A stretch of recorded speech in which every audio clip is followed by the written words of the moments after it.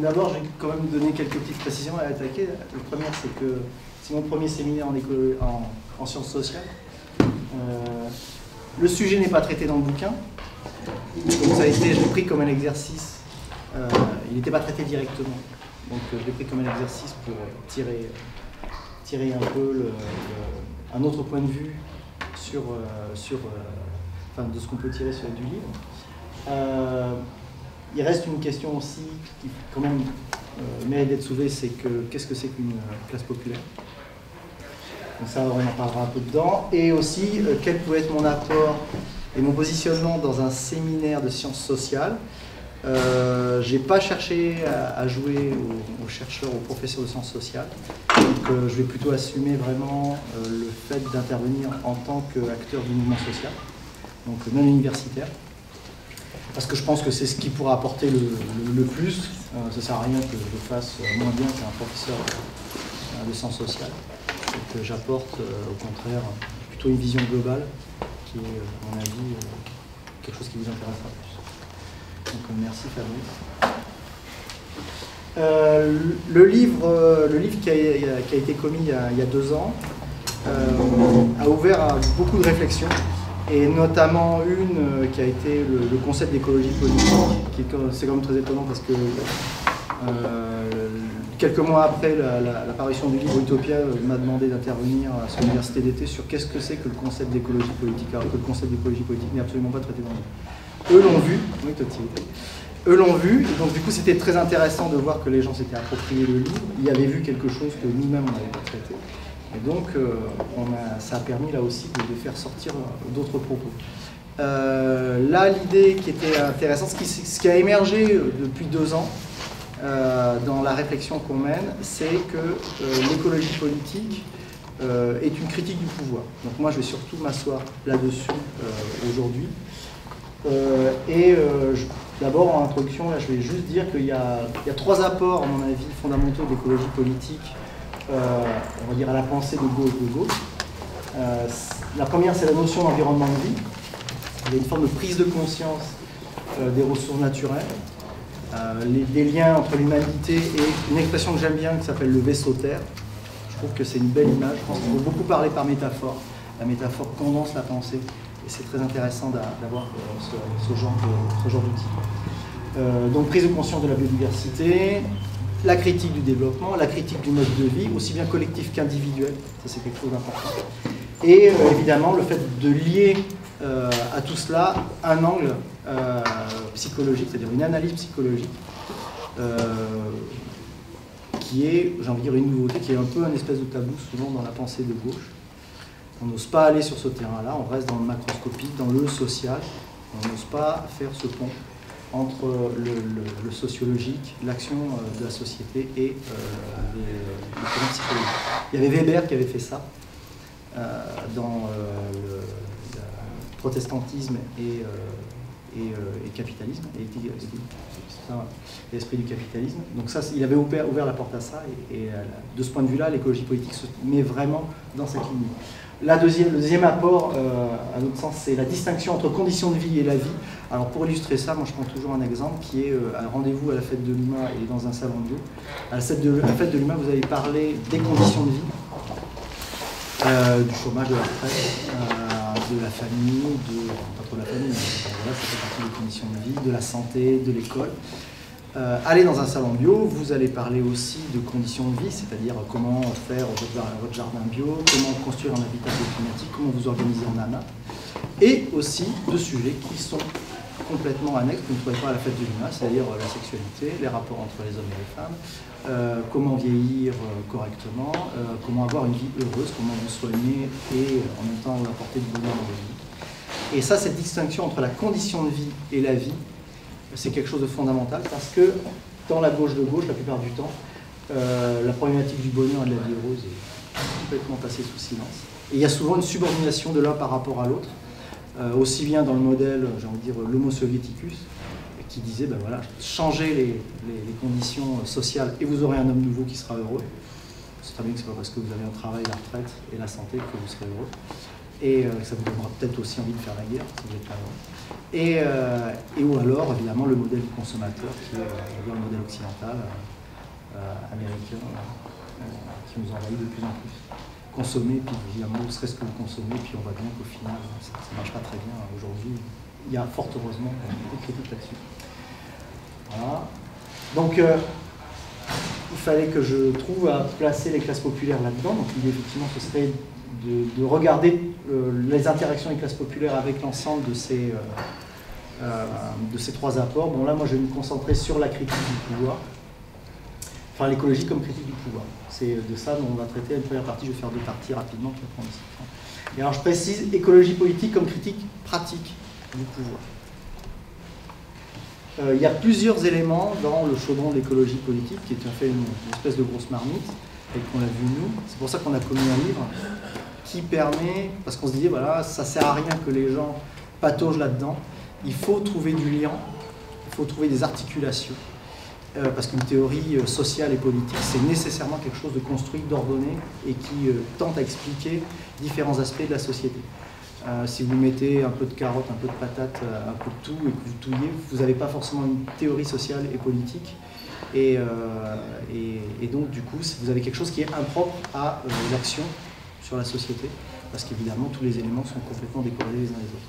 Donc, ce livre, en fait, c'est comment faire une sélection, faire du choix entre des éléments qui s'accordent entre eux et des éléments qui ne s'accordent pas entre eux. Et créer l'ensemble, on va dire, nous évidemment on est une association militante sur la laïcité et la République.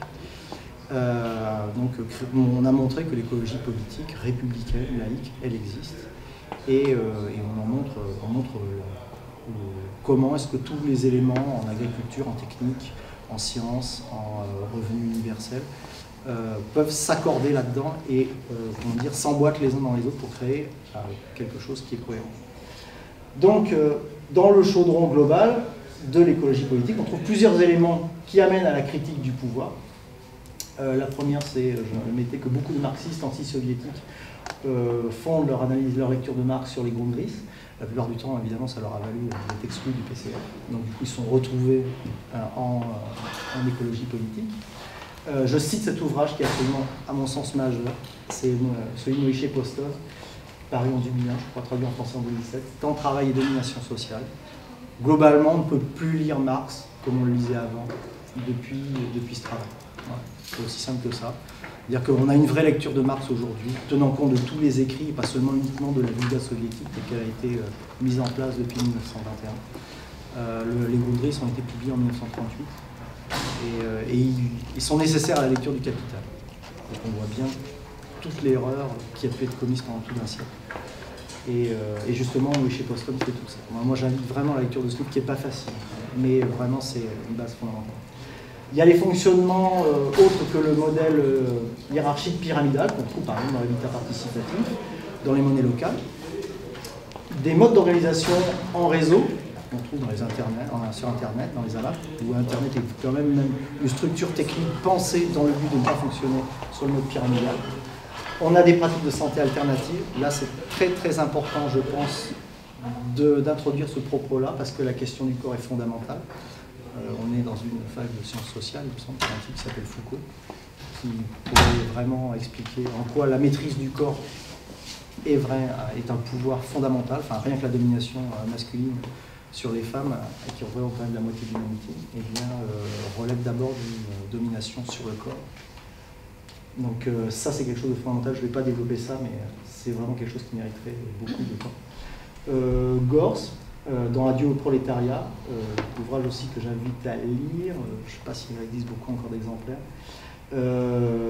analyse et critique de ce qu'on appelle le pouvoir fonctionnel. Donc qui n'est pas du tout, au contraire, une rupture avec la gauche, comme beaucoup l'ont dit, mais qui est essentiellement comment libérer les gens justement de la classe hegelienne, le prolétariat, et au nom de laquelle on sacrifie les gens. Illich, ouvrage dont le titre a été extrêmement mal traduit en français, qui s'appelle La société sans école, et qu'il vaudrait mieux traduire, il vaudrait mieux le donner pour titre Déscolariser la société, là ça prend tout autre sens. Et enfin, Crawford aussi, par exemple, Éloge du carburateur, qui est la reconnaissance du savoir pratique dont on va parler aujourd'hui. Donc tout ça, ce sont autant d'éléments extrêmement disparates. Donc on est toujours dans l'idée qu'effectivement on a beaucoup d'éléments, ils ne sont pas forcément reliés. On est vraiment à la naissance d'un vrai domaine, d'un vrai corpus. Mais qui sont autant d'éléments, autant de pièces qu'il faut raccorder et qui inclinent à une critique du pouvoir, mais une contestation pratique du pouvoir. Donc contestation pratique du pouvoir, en écologie politique souvent, on ne parle pas du pouvoir en tant que concept, en tant qu'absolu. Typiquement, bon, je donne des phrases, et on ne parle pas le pouvoir, ceux qui ont le pouvoir, subir le pouvoir, exercer le pouvoir. Dans toutes ces phrases-là, on voit que le mot pouvoir est un concept, est un absolu, alors qu'en écologie politique, on va souvent décortiquer des pratiques, et on va pratiquer évidemment des alternatives, d'autres modes d'organisation, et on va faire une critique théorique du pouvoir comme un ensemble de comportements adoptés par une personne dans le but d'avoir de l'ascendant sur les autres. Et cette manière de changer l'approche va induire déjà, évidemment, une analyse psychologique. Pourquoi les gens font-ils ça? Dans quel but? Donc ça permet de dire, ben voilà, les personnes se sécurisent, elles veulent la sécurité, donc elles sont en train d'aplatir autour d'elles l'espace dans le but de le maîtriser. C'est ça un des avantages du pouvoir. Ça peut être une démotivation. Et en fait, on revient aussi à un facteur humain. Et ça, c'est quelque chose d'important, parce que quand on parle du pouvoir dans la société, on exerce le pouvoir, bah, au final, où est l'humain derrière ça? Ça reste quand même un concept qui peut casser le lien qu'il y a vers le fait que le pouvoir se construit d'abord par un cheminement, par des comportements. Donc, pour schématiser, je dirais que dans un cas, il y a le pouvoir du dominant qui s'exerce sur les victimes du pouvoir, les dominants, et souvent, il y a comment il s'exerce, et à travers quoi. Souvent, Bourdieu a été là-dedans. Une autre approche consiste à dire, voilà, il y a une personne, quel est l'ensemble des comportements qu'elle adopte, des positions, sa manière de parler, par exemple, ou de se positionner au centre des autres, par exemple, ou sur une estrade, dans un amphi, conçu spécialement pour que tout le monde la regarde, qui vont amener cette personne à avoir un ascendant sur autrui. Et souvent, l'analyse de ses comportements, l'analyse pratique de ses comportements, y compris des gestes, va faire qu'à un moment, les gens vont dire, bon ben voilà, ce geste-là, il induit une relation de pouvoir, il induit un ascendant, on va éliminer ce geste-là, et donc ça va créer des pratiques alternatives. Moi, j'avais été, par exemple, j'avais assisté une fois à Utopia, à une réunion, et même la gestion du temps de parole, j'avais trouvé ça très intéressant. Le fait qu'à un moment, on oblige les gens qui n'ont pas parlé à parler. Quelqu'un qui demande la parole alors qu'il l'a déjà demandé, il est automatiquement remis vers le bas de la liste à partir du moment, vers le bas de la liste de la prise de parole, à partir du moment où quelqu'un qui n'a pas parlé demande la parole. Et ça, c'est vraiment quelque chose d'important, de voir qu'à un moment, des usages extrêmement pratiques, rien que dans la distribution de la parole, ont une influence sur le pouvoir qui peut s'exercer dans une salle. Et sont à la base souvent d'émergence de pratiques alternatives. Un exemple, qui est ultra connu, c'est la critique évidemment de la structure pyramidale du pouvoir. Cette structure pyramidale du pouvoir qui est dans nos sociétés, elle est nécessaire à l'impunité du pouvoir, qu'il soit sous modèle capitaliste, soviétique, etc. Et elle repose sur la concentration et la dissolution de la responsabilité. Donc elle fait intervenir aussi souvent la technique. Donc là je vais très vite, mais là il faudrait voir toute la critique de la technique en écologie politique. Gore s'empare aussi dans Radioprolétariat justement avec ce qu'il appelle le pouvoir fonctionnel. Les effets de cette structuration pyramidale, c'est la captation de la valeur économique. On va parler du lien entre la valeur économique et le pouvoir dans la société. Et puis effectivement, des fonctionnements et des modèles alternatifs, donc ce que je donnais, AMAP, Habitat participatif, Internet, qui introduisent une autre gestion du pouvoir. Et c'est très intéressant de voir qu'en écologie politique, il y a notamment une connaissance des cultures et des usages autres dans d'autres pays. Hier, je discutais avec une copine du bâton de parole dans certaines sociétés africaines, où celui qui parle, il a un objet. Et donc on voit, et elle expliquait pourquoi et comment les gens se positionnaient par rapport au bâton, et quel était le devoir de ceux qui n'avaient pas le bâton, et quel était aussi le devoir de celui qui avait le bâton. Et donc c'était très intéressant de voir que en écologie politique, il y a toute une culture, une connaissance de ces pratiques alternatives qu'on ne va pas du tout trouver. Je ne sais pas, vous avez n'importe quelle association de gauche ou dans un parti politique, alors c'est encore pire, où effectivement cette culture de la prise de parole, par exemple, n'existe absolument pas. Et ça montre un rapport au pouvoir qui a été ou critique, qui a été justement qui est lucide et critiqué, ou alors qui est totalement inexistant, et donc dans la reproduction du schéma actuel. C'est pour ça que ça peut être un vrai apport à la gauche de gauche. La deuxième partie, c'est ben voilà, et les classes populaires dans tout ça. Alors déjà, un slide sur les classes populaires, c'est quoi? Alors si c'est au sens marxiste du 19e, c'est très simple, c'est pas très compliqué, c'est ceux qui créent la valeur économique, et puis de toute façon, comme ils sont payés des clopinettes, ils sont juste dans la reproduction de la force de travail, eh bien eux, c'est clair qu'ils ne peuvent pas consommer. Donc c'est simple, il y a la société du 19e, dans laquelle est écrite, on va dire, toute la pensée marxiste. Marx, c'est un homme du 19e, c'est pas un homme du 20e siècle. Il y a ceux qui achètent, qui consomment, qui sont rentiers, et puis ceux qui finalement produisent. Au XXe siècle, c'est un peu plus compliqué parce qu'il y a certes Ford, mais il y a surtout Édouard Bernays, c'est surtout lui qui nous intéresse en écologie politique. Il y a des enregistrements d'Édouard Bernays qui circulent sur Internet. Je vous invite vraiment à les écouter pour voir, j'ai envie de dire, le cynisme de cet homme qui est absolument sidérant. Sa représentation de l'être humain et la manière dont effectivement il considère le cerveau humain comme quelque chose de totalement manipulable et qu'il est nécessaire que la classe dirigeante s'assure de la docilité par une quantité d'artifices énorme des gens pour s'assurer, elle, sa reproduction et le fait qu'elle puisse continuer à tenir les rênes. Ce sont des propos qui ont guidé toute sa pensée depuis 1917, puisque c'est lui qui a fait quand même rentrer les États-Unis en guerre. Et qui ont guidé toute son action dans le publicitaire, puisque c'est un peu lui l'inventeur des relations, des relations humaines, je crois. Relations publiques. Des relations publiques. Donc voilà. Donc le schéma actuel, il y a quand même une division dans la classe de ceux qui produisent, c'est les couches moyennes, on pourrait dire, celles qui peuvent profiter du fait de transmettre les ordres entiers, et puis ceux en bas qui, de toute façon, eux, ne profitent de rien du tout.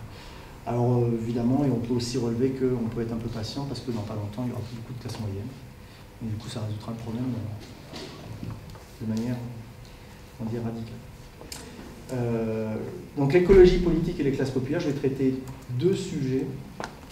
Le premier, c'est le savoir pratique, sur la base du travail du livre de Matthew Crawford, qui s'appelle L'éloge du carburateur, qui est un excellent livre, on pourra en parler après, qui est en plus, qui est un vrai ouvrage d'écologie politique. D'ailleurs, même dans sa constitution, dans sa forme, dans la manière dont il est écrit, Crawford produit un vrai bouquin d'écologie politique. Pas forcément trop républicain, puisque quand il rentre à un moment, je crois, dans un garage, il dit il y avait 3 employés, un blanc et 2 Mexicains. Donc bon, il y a des trucs comme ça qui peuvent nous choquer, nous, Français, mais bon, c'est quand même c'est une autre culture que la culture américaine.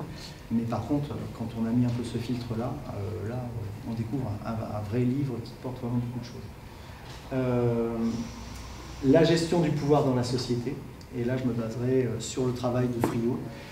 J'ai amené 2 livres de Friot, l'enjeu du salaire, et aussi, je pense, surtout, émanciper le travail, qui est beaucoup plus abordable, depuis qu'il a fait un tour entre mes mains.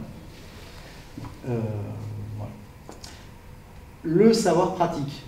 Alors, le modèle de l'ascension sociale dans la République au sens traditionnel, c'est faire des études, maîtriser le savoir et vous grimperez dans la société. Aujourd'hui, c'est plus tout à fait vrai avec le démontage de l'école, avec évidemment les écoles privées, tout ça. Mais au final, c'est ça le rêve républicain, tel que l'école républicaine est traditionnellement pensée. Le problème, c'est qu'on ne précise pas. Et ça, c'est ce que Crawford met en évidence, c'est que ce savoir, c'est le savoir conceptuel. conceptualisé, celui qu'on enseigne à l'université, et je sais où je dis ça. Donc, la sélection se fait uniquement sur la maîtrise de celui-ci. Ce que Crawford rappelle avec brio, c'est qu'il y a un autre type de savoir qui s'appelle le savoir pratique. Réparer un vélo, réparer une moto, alors lui c'est son cas, soyez électricien et vous verrez que le savoir conceptuel pourra être utile, mais qu'à un moment le savoir pratique il sera totalement nécessaire.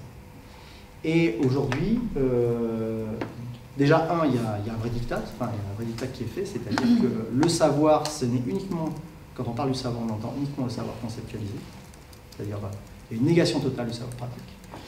Et il faut faire le constat, c'est que le savoir pratique, c'est prioritairement celui des classes populaires. Donc ça veut dire qu'on se retrouve avec une espèce d'ambivalence complète, c'est que on veut bien d'un modèle d'ascension républicain. Le problème, c'est qu'on dit, bah, allez-y, maîtrisez un savoir que vous ne maîtrisez pas. Et donc nous, de toute façon, nous avons toutes les clés pour nous assurer, c'est-à-dire qu'effectivement, on pourra faire en sorte que des gens des classes populaires montent. Pendant très longtemps, on donnait, oui, il y a tant de pourcents d'enfants d'agriculteurs ou d'enfants d'ouvriers qui rentrent à Polytechnique. Bon, on voit bien aujourd'hui que le système est établi, roule, et on voit bien dans les écoles d'ingénieurs, je ne parle pas des écoles privées, je parle vraiment des écoles d'ingénieurs, prépa et puis école d'ingé, et on voit bien qu'à Polytechnique, je crois qu'il y a quelques années, il y a carrément une classe d'entrée à Polytechnique où 90% des gens, des entrants, étaient enfants de polytechniciens. Et on est totalement en service public. Classe prépa, école d'ingénieurs, ouvert à tout le monde. Voilà. Donc on voit bien les limites de ce modèle. Évidemment, la réponse républicaine traditionnelle, bah, évidemment, c'est la négation totale du savoir pratique. Il n'existe pas. En fait, vous ne savez pas maîtriser le savoir conceptuel, bah, vous ne ferez pas de pro. Voilà, c'est-à-dire qu'au final, vous aurez combien vous allez gagner, quel est votre avenir professionnel. Par contre, maîtriser le savoir conceptuel, et puis vous ferez polytechnicien, normalien. Bon voilà. Et à la fin du mois, votre salaire, c'est pas du tout le même. Donc évidemment, la réponse qu'on entend souvent, c'est tout le monde peut monter par l'ascenseur social républicain. Je suis républicain, je tiens à le dire. Donc là, je fais quand même une vraie critique d'un modèle républicain traditionnel. Il faut être capable de le faire. Évidemment, ça c'est une illusion. Il y a une négation du savoir pratique, donc une exclusion des classes populaires, non seulement en tant que détentrices de ce savoir, mais aussi en termes de potentialité de tout ce qu'elles peuvent apporter dans la société. C'est-à-dire que quand on noue toute une partie de l'expérience de la société est bâtie uniquement par les gens qui vont maîtriser le savoir conceptuel, avec tous les dégâts que ça peut avoir aujourd'hui. Je crois qu'on a beaucoup de problèmes, notamment en modernisation en France, qui sont liés au fait que les gens n'ont pas de savoir pratique et qui vont arriver de dire il faut gérer le système informatique comme ça, il faut gérer les bâtiments comme ça, alors qu'eux-mêmes n'ont pas d'expérience pratique. Le cas le plus sidérant, à mon sens, c'est tous ces gens qui sortent d'école d'ingénieur et qui, à 23 ans, rentrent dans des boîtes de conseil. Qu'est-ce qu'ils vont conseiller? On se le demande. Donc évidemment, ça pose énormément de dégâts dans la société, parce que pour faire fonctionner une machine, réparer un vélo, moi je dis toujours ça, réparer un vélo, puis vous verrez que votre savoir conceptuel ne va pas vous servir beaucoup. Mais bon, c'est valable aussi sur des machines qui sont comme des réacteurs nucléaires. L'habilité des réacteurs nucléaires, c'est une vraie machine. Et conceptuellement, vous avez beau l'avoir entièrement dans la tête, à un moment, il y a une pratique de la machine. Donc, les apports du savoir pratique. C'est-à-dire, toujours, j'insiste sur celui des classes populaires. C'est l'importance donc, de la pratique, c'est, si on le dit autrement, c'est la prise en compte de la réalité, c'est le rapport au concret. Et ça, c'est un élément absolument essentiel, y compris dans la construction du savoir. Si le concept tourne sur lui-même, ben voilà, ça tourne sur lui-même. Moi, je prends cet été, après on peut penser ce qu'on veut de Michel Onfray, moi j'ai trouvé excellent quand même qu'enfin un historien de la philosophie, enfin en tout cas quelqu'un qui fait de l'historiographie de la philosophie casse la gueule à Martin Heidegger. Parce que Martin Heidegger expliquait quand même que conceptuellement, les Juifs n'étaient pas des êtres pour la mort, donc ils ne pouvaient pas mourir. Voilà. Le concept qui tourne sur lui-même. Voilà, c'est extraordinaire. Et le savoir universitaire justement, quand il tourne tout seul, l'écologie politique, je trouve ça très bien qu'elle repose la question de la psychologie. Ben, c'est qu'en fait, quand on s'éloigne du réel à un moment, ben, le problème c'est que nous sommes des êtres réels. Et je trouve qu'il serait très très intéressant en sciences sociales d'aller faire des études sur les dégâts que peuvent provoquer chez les individus via le modèle classe prépa, école d'ingé, par exemple, qui à mon avis est un carcan extrêmement destructeur. Les dégâts en termes psychologiques, de coupure avec soi, de ne pas savoir où on va, enfin, de mener une vie qui va être extrêmement souvent carrée, sur les rails. Et ça, je crois que ce serait vraiment très, très intéressant de mesurer un jour les dégâts que provoque ce type d'enseignement et ce type de cursus. Et enfin, dernier point, tout n'est pas conceptualisé. Et il ne faut quand même pas oublier que la base des sciences, c'est quand même de dire que le monde réel est beaucoup plus vaste que le monde conceptuel. Et ça, et en fait, nous créons des concepts pour comprendre le monde réel. Et ce n'est pas du tout le monde conceptuel qui est plus vaste que le monde réel, c'est pas vrai du tout. Nous passons notre temps à inventer des choses pour essayer de nous représenter le monde réel. Et le savoir pratique, c'est celui qui est dépositaire du monde réel. Et donc, il faut vraiment prendre en compte que ce savoir pratique, il existe, il a une importance phénoménale. Ce qui est très intéressant pour l'écologie politique, c'est qu'il y a une totale reconnaissance de ces deux savoirs. Je pense qu'il faut vraiment écarter ceux qui disent de toute façon il faut être que dans la pratique, parce que ça me paraît complètement idiot. On a besoin du savoir conceptuel et du savoir pratique, ça c'est très clair. Mais pour l'écologie politique, je veux dire par exemple, dans des cas extrêmement concrets, l'agriculture biologique, comment planter, comment réparer, comment monter un réseau d'amas, il y a des gens qui n'ont pas de réseau de théorie de l'organisation, mais qui savent que par exemple, il faut une rotation des postes. Il faut pas plus de tant de personnes, il en faut au moins tant. Il faut que les gens donnent une partie de leur temps pour faire tourner la main. C'est-à-dire pas des gens qui ont une conceptualisation, une réflexion conceptuelle du mode d'organisation, mais qui connaissent les pratiques qui amènent à un mode d'organisation qui va être pérenne. Et enfin aussi, je pense que le savoir pratique remet en cause une coupure entre d'un côté la chose publique et de l'autre côté l'épanouissement personnel. Parce que l'écologie politique réintroduisant toujours la question psychologique, en fait, il est... comment dire ? On revient au fait que le concept qui tourne sur lui-même, sans rapport à la réalité, eh bien, on a des gens qui, en général, vont s'écarter d'eux-mêmes, d'où l'insatisfaction. Et l'insatisfaction personnelle, la frustration, amène souvent à des actes qui peuvent être délétères pour la société. Alors évidemment, cette coupure entre choses publiques et épanouissement personnel, c'est en général un vrai tabou dans la pensée républicaine de type traditionnel, parce que, pour des raisons historiques, puisque souvent, la pensée républicaine s'étant constituée au XIXe siècle, donc en pleine guerre contre les royalistes catholiques, eh bien, la religion étant, dépositaire du bonheur individuel, il ne fallait surtout pas rentrer sur ce terrain. Voilà. Aujourd'hui, l'écologie politique, à mon sens, repose très clairement cette question-là, puisqu'elle ne voit pas la frontière entre les deux, et elle a raison. Ça ne veut pas dire qu'il faut tout tolérer, mais ça veut dire qu'il faut porter la discussion là-dessus. Le deuxième point que je voulais aborder, c'est la gestion du pouvoir.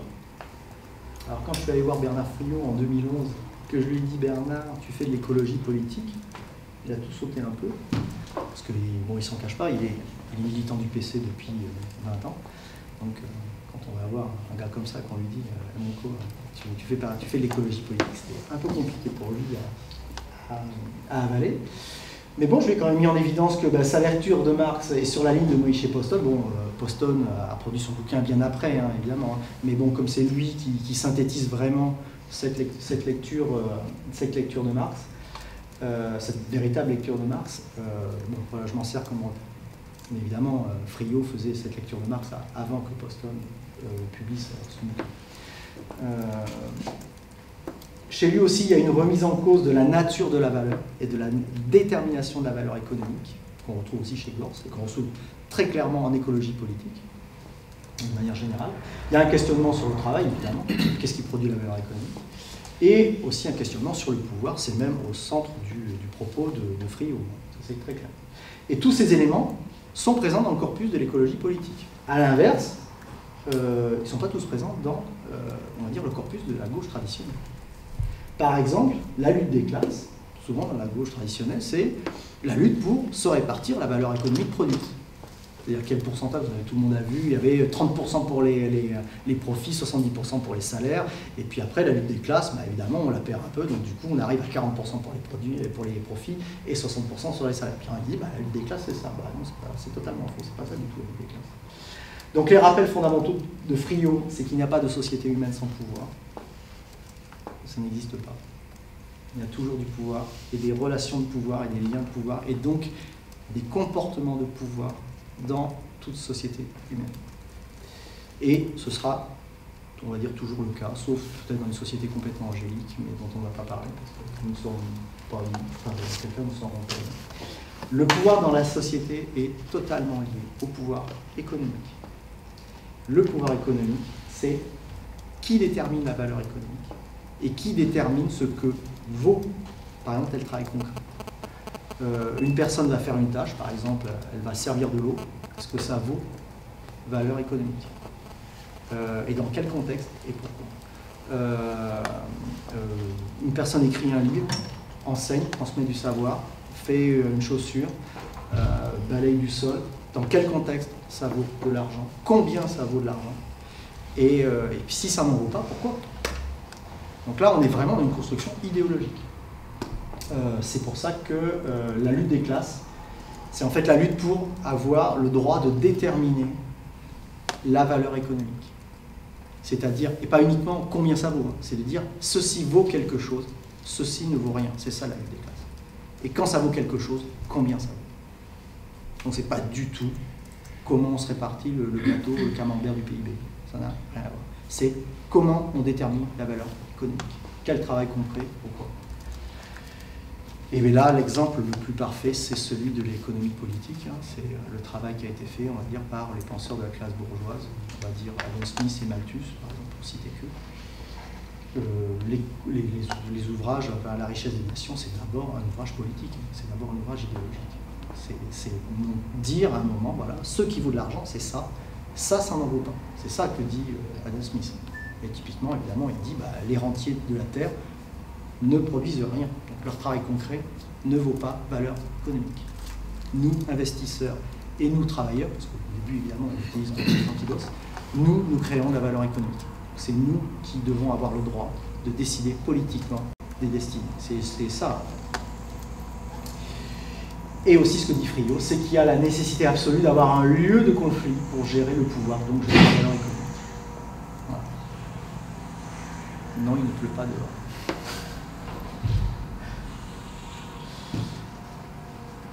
Assumer le pouvoir. Donc tout à l'heure, j'avais parlé un peu de l'apport des classes populaires à l'écologie politique, parce que je pense que c'est très important de voir non pas le propos sous l'angle qu'est-ce que l'écologie peut apporter, l'écologie politique peut apporter aux classes populaires, parce que ça fait un peu genre nous sommes les dépositaires, voilà ce que nous vous apportons. Non, il faut voir surtout, j'ai envie de dire, le questionnement en sens inverse. Qu'est-ce que l'écologie politique peut recevoir des classes populaires comme enseignement? Et là, on se pose aussi dans je pense peut-être une autre posture, c'est de dire gérer le pouvoir, c'est l'assumer. Et ça, c'est quelque chose de compliqué. Il y a encore à gauche des gens qui pensent que finalement, une bonne gauche, c'est une gauche contestataire. Voilà. C'est juste ça. Et ça peut vraiment poser des problèmes. Il faut assumer le pouvoir. Et toutes les dimensions du pouvoir. Bon, je ne vais pas faire un rappel des positions et des discours de Friot sur la critique qu'il fait des positions aujourd'hui. Ça, vous prenez des vidéos, vous trouverez, c'est très intéressant. L'existence du pouvoir, donc ça, il y a forcément du pouvoir, pas de société sans relation de pouvoir, et y compris, pas seulement les institutions. À gauche, souvent, le pouvoir, c'est les institutions. C'est le grand capital, c'est la finance, pour reprendre certains discours électoraux il y a quelques années, qui nous ont bien vu. Mais c'est relations dans le travail, relations dans la famille, relations entre les enfants. Dans une cour d'école, il y a des relations de pouvoir entre les enfants, entre le médecin et son patient. Donc ça, je pense que la santé, la médecine alternative, c'est un vrai terrain d'expérimentation, d'analyse de l'écologie politique à partir duquel on pourrait vraiment comprendre plein de choses, parce que là, tout y est. Moi, je pense que tout y est. Et tout ça provoque un peu la fin des mythes populaires, à savoir une société sans argent, où on est tous égaux, on est tous libres, qui est souvent une espèce de refuge, parce que, évidemment, le pouvoir, il faut l'assumer. Et c'est ça qui est très intéressant dans le travail de Friot, c'est qu'il dit que de toute façon, la violence sociale, elle existera toujours. Il n'y a pas de société sans violence, sans relation de pouvoir. Donc, ce qu'il faut, c'est l'assumer et trouver comment le gérer. Voilà, donc quelques conclusions. Après, on va discuter. Donc, écologie politique, critique pratique du pouvoir. Les apports des classes populaires à l'écologie politique, c'est absolument nécessaire de voir le rapport dans ce sens-là, pas seulement dans le sens nous allons éduquer les classes populaires. Ça, non, c'est pas bon du tout, je pense. Il faut être pour le coup scientifique, il faut être rationnel, c'est-à-dire aller voir le terrain, qu'est-ce qu'il peut nous enseigner. D'ailleurs, c'est souvent la pratique qui est faite en écologie politique. On va avoir d'autres cultures, on regarde comment les gens gèrent le pouvoir autrement, comment ils gèrent les relations humaines autrement, comment ils plantent autrement. Donc ça, c'est très important d'aller voir qu'est-ce qu'on peut apprendre et en quoi le savoir pratique est un élément essentiel dans la constitution du savoir. Et aussi dans l'évolution d'une société, j'ai envie de dire, qui marche sur deux pieds. L'écologie politique, là je précise, structurée républicaine, telle que nous, on la pose. D'ailleurs, pas le chaudron où tout marmite, tout est son enfant. C'est la fin de bon nombre de mythes populaires qui sont immatures, parce que qui rêve d'une société sans pouvoir, c'est des gens qui rêvent qu'à un moment, la société, moi je prends toujours cet exemple-là, c'est une île où tout le monde s'aime, et puis il y a un gros dinosaure avec des gros pois, et qui est tout orange et qui mange du boubli-boulga. Et globalement, c'est ça, la société sans pouvoir. Donc on voit bien que c'est une société totalement immature. Le pouvoir existe, et l'assumer, ça oblige justement à une maturité politique. Et ça oblige aussi, dans une approche individuelle, puisque effectivement l'écologie politique aborde les deux champs, ça oblige à assumer soi-même le pouvoir par rapport à son conjoint, par rapport à ses enfants, par rapport au groupe dans lequel on est, ici même. Par exemple, là, il y a une relation de pouvoir qui est, voilà, vous êtes tous dirigés sur moi. Donc il y a relation de pouvoir, il y a comportement de pouvoir, il y a positionnement. Et là, je donne aussi une intuition. Mais bon, là, je n'ai pas travaillé là-dessus, donc là, je donne juste l'idée. C'est qu'il me semble que l'écologie politique permet le dépassement de la division couche moyenne, classe populaire. Évidemment, ce dépassement, c'est un gage d'efficacité politique. Pour ceux qui veulent changer la société, pour ceux qui ne veulent pas changer, du second, ils ont intérêt à maintenir la division. Mais il me semble que là, il y a quelque chose à travailler, à mettre en évidence pour dire, voilà, les couches moyennes et les classes populaires se retrouvent sur un même terrain et elles ont un même intérêt à cet endroit. Voilà. Ah oui, une petite précision qui peut avoir son utilité. Alors, une balle en argent, ça n'a jamais tué personne. Alors, en tout cas, ça n'a pas tué un vampire. Globalement, ça tue ça.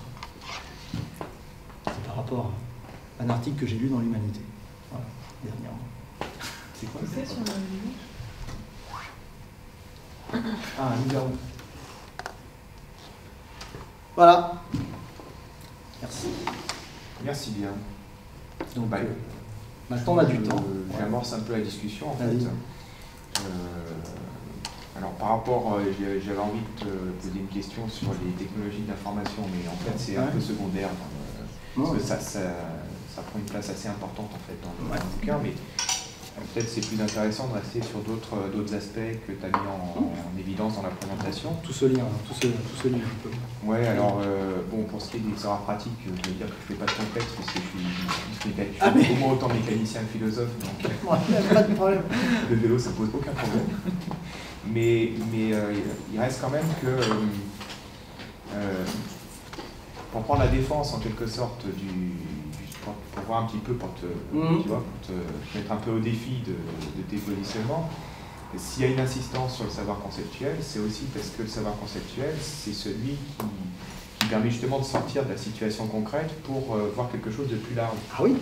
Et il y a toute une partie du livre, vers la fin, justement, qui insiste beaucoup sur l'épilogue, qui s'appelle « Changer le monde de signes », et qui insiste beaucoup sur la culture, précisément. Ah ouais. Et alors, comment tu fais le lien entre... ça sera la première question. Comment tu fais le lien entre cette défense du savoir pratique et cette nécessité d'un savoir conceptuel qui, effectivement, peut ne pas être le savoir académique. Je suis bien d'accord avec toi, ce que tu as dit, le savoir académique qui parfois tourne un peu en rond et ainsi de suite, où les spécialistes parlent de spécialistes sans jamais aller voir la société et finissent par devenir des... Voilà. Là, on se demande à quoi ça sert finalement, ça je suis d'accord. Pour autant, on ne peut pas, il me semble, que tu tires les choses trop dans l'autre sens en disant revenons au savoir pratique. Le savoir pratique, justement, il est extrêmement situé, il est très local, micro-local, alors que le problème, c'est plutôt l'étage intermédiaire, en quelque sorte. Donc ça serait un peu le premier point. Sur le savoir conceptuel, quand même, il faut que je torde le cou à Michel Onfray. Michel Onfray dit tout un tas de conneries pour se faire remarquer dans l'espace public. Bon, tordre le cou à Heidegger, tout le monde l'a fait presque. Donc c'est vraiment cette espèce de marronnier, quoi. C'est un truc vraiment très classique. Bon, enfin, ça c'était dit en passant. Et puis, bon, par rapport à... T'as vraiment concentré sur la question du pouvoir. Donc c'est vrai que...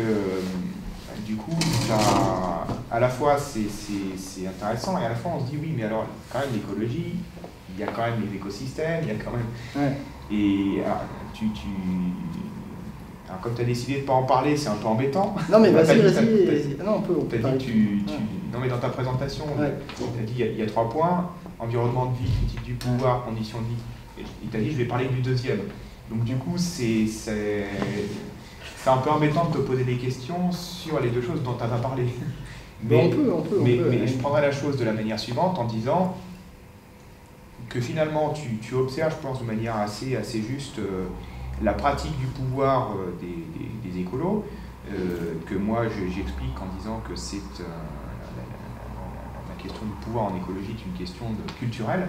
Et donc dans la question de la culture, c'est pour ça que à mon avis tu mets en épilogue, enfin vous mettez en épilogue la question de la culture, mais dans la culture le pouvoir est partout. Ce qui explique les méthodes de rapport aux autres, de rapport au monde, qui ne peuvent pas être simplement, sans évidemment minorer ça, mais ça ne peut pas être simplement on fait un parti, on prend le pouvoir, on applique des lois pour tout un tas de raisons que je ne détaille pas, mais voilà, ça ne peut pas être ça. Et que donc, en même temps, puisque il y a cette conscience que le pouvoir est partout, il y a aussi une certaine méfiance vis-à-vis de pratiques du pouvoir qui serait que pour mettre fin à la domination, on va momentanément utiliser les moyens de l'ennemi, qui est de produire de la domination, et tout ça c'est pour mettre fin à la domination, ce qui pose aussi un certain nombre de problèmes, comme l'histoire nous l'a enseigné. Alors du coup, tu observes bien ça, mais est-ce que c'est vraiment spécifique à l'écologie politique? Est-ce que c'est pas un abus de langage, quelque part, de dire que c'est de l'écologie politique, alors que l'écologie politique est un courant qui, confronté à un problème de ce type-là, va effectivement mobiliser une telle analyse du pouvoir, mais qui pourra être tout à fait valable dans un autre domaine. Ouais. Et donc du coup, tu appelles ça écologie politique, alors on pourrait l'appeler autre chose. Tu vois ce que je veux dire? Voilà, est-ce que c'est pas un cas particulier d'une analyse plus générale, qui du coup, c'est cette analyse plus générale qui t'intéresse dans le fond, et pas tellement l'écologie politique? Donc ça serait ma deuxième question.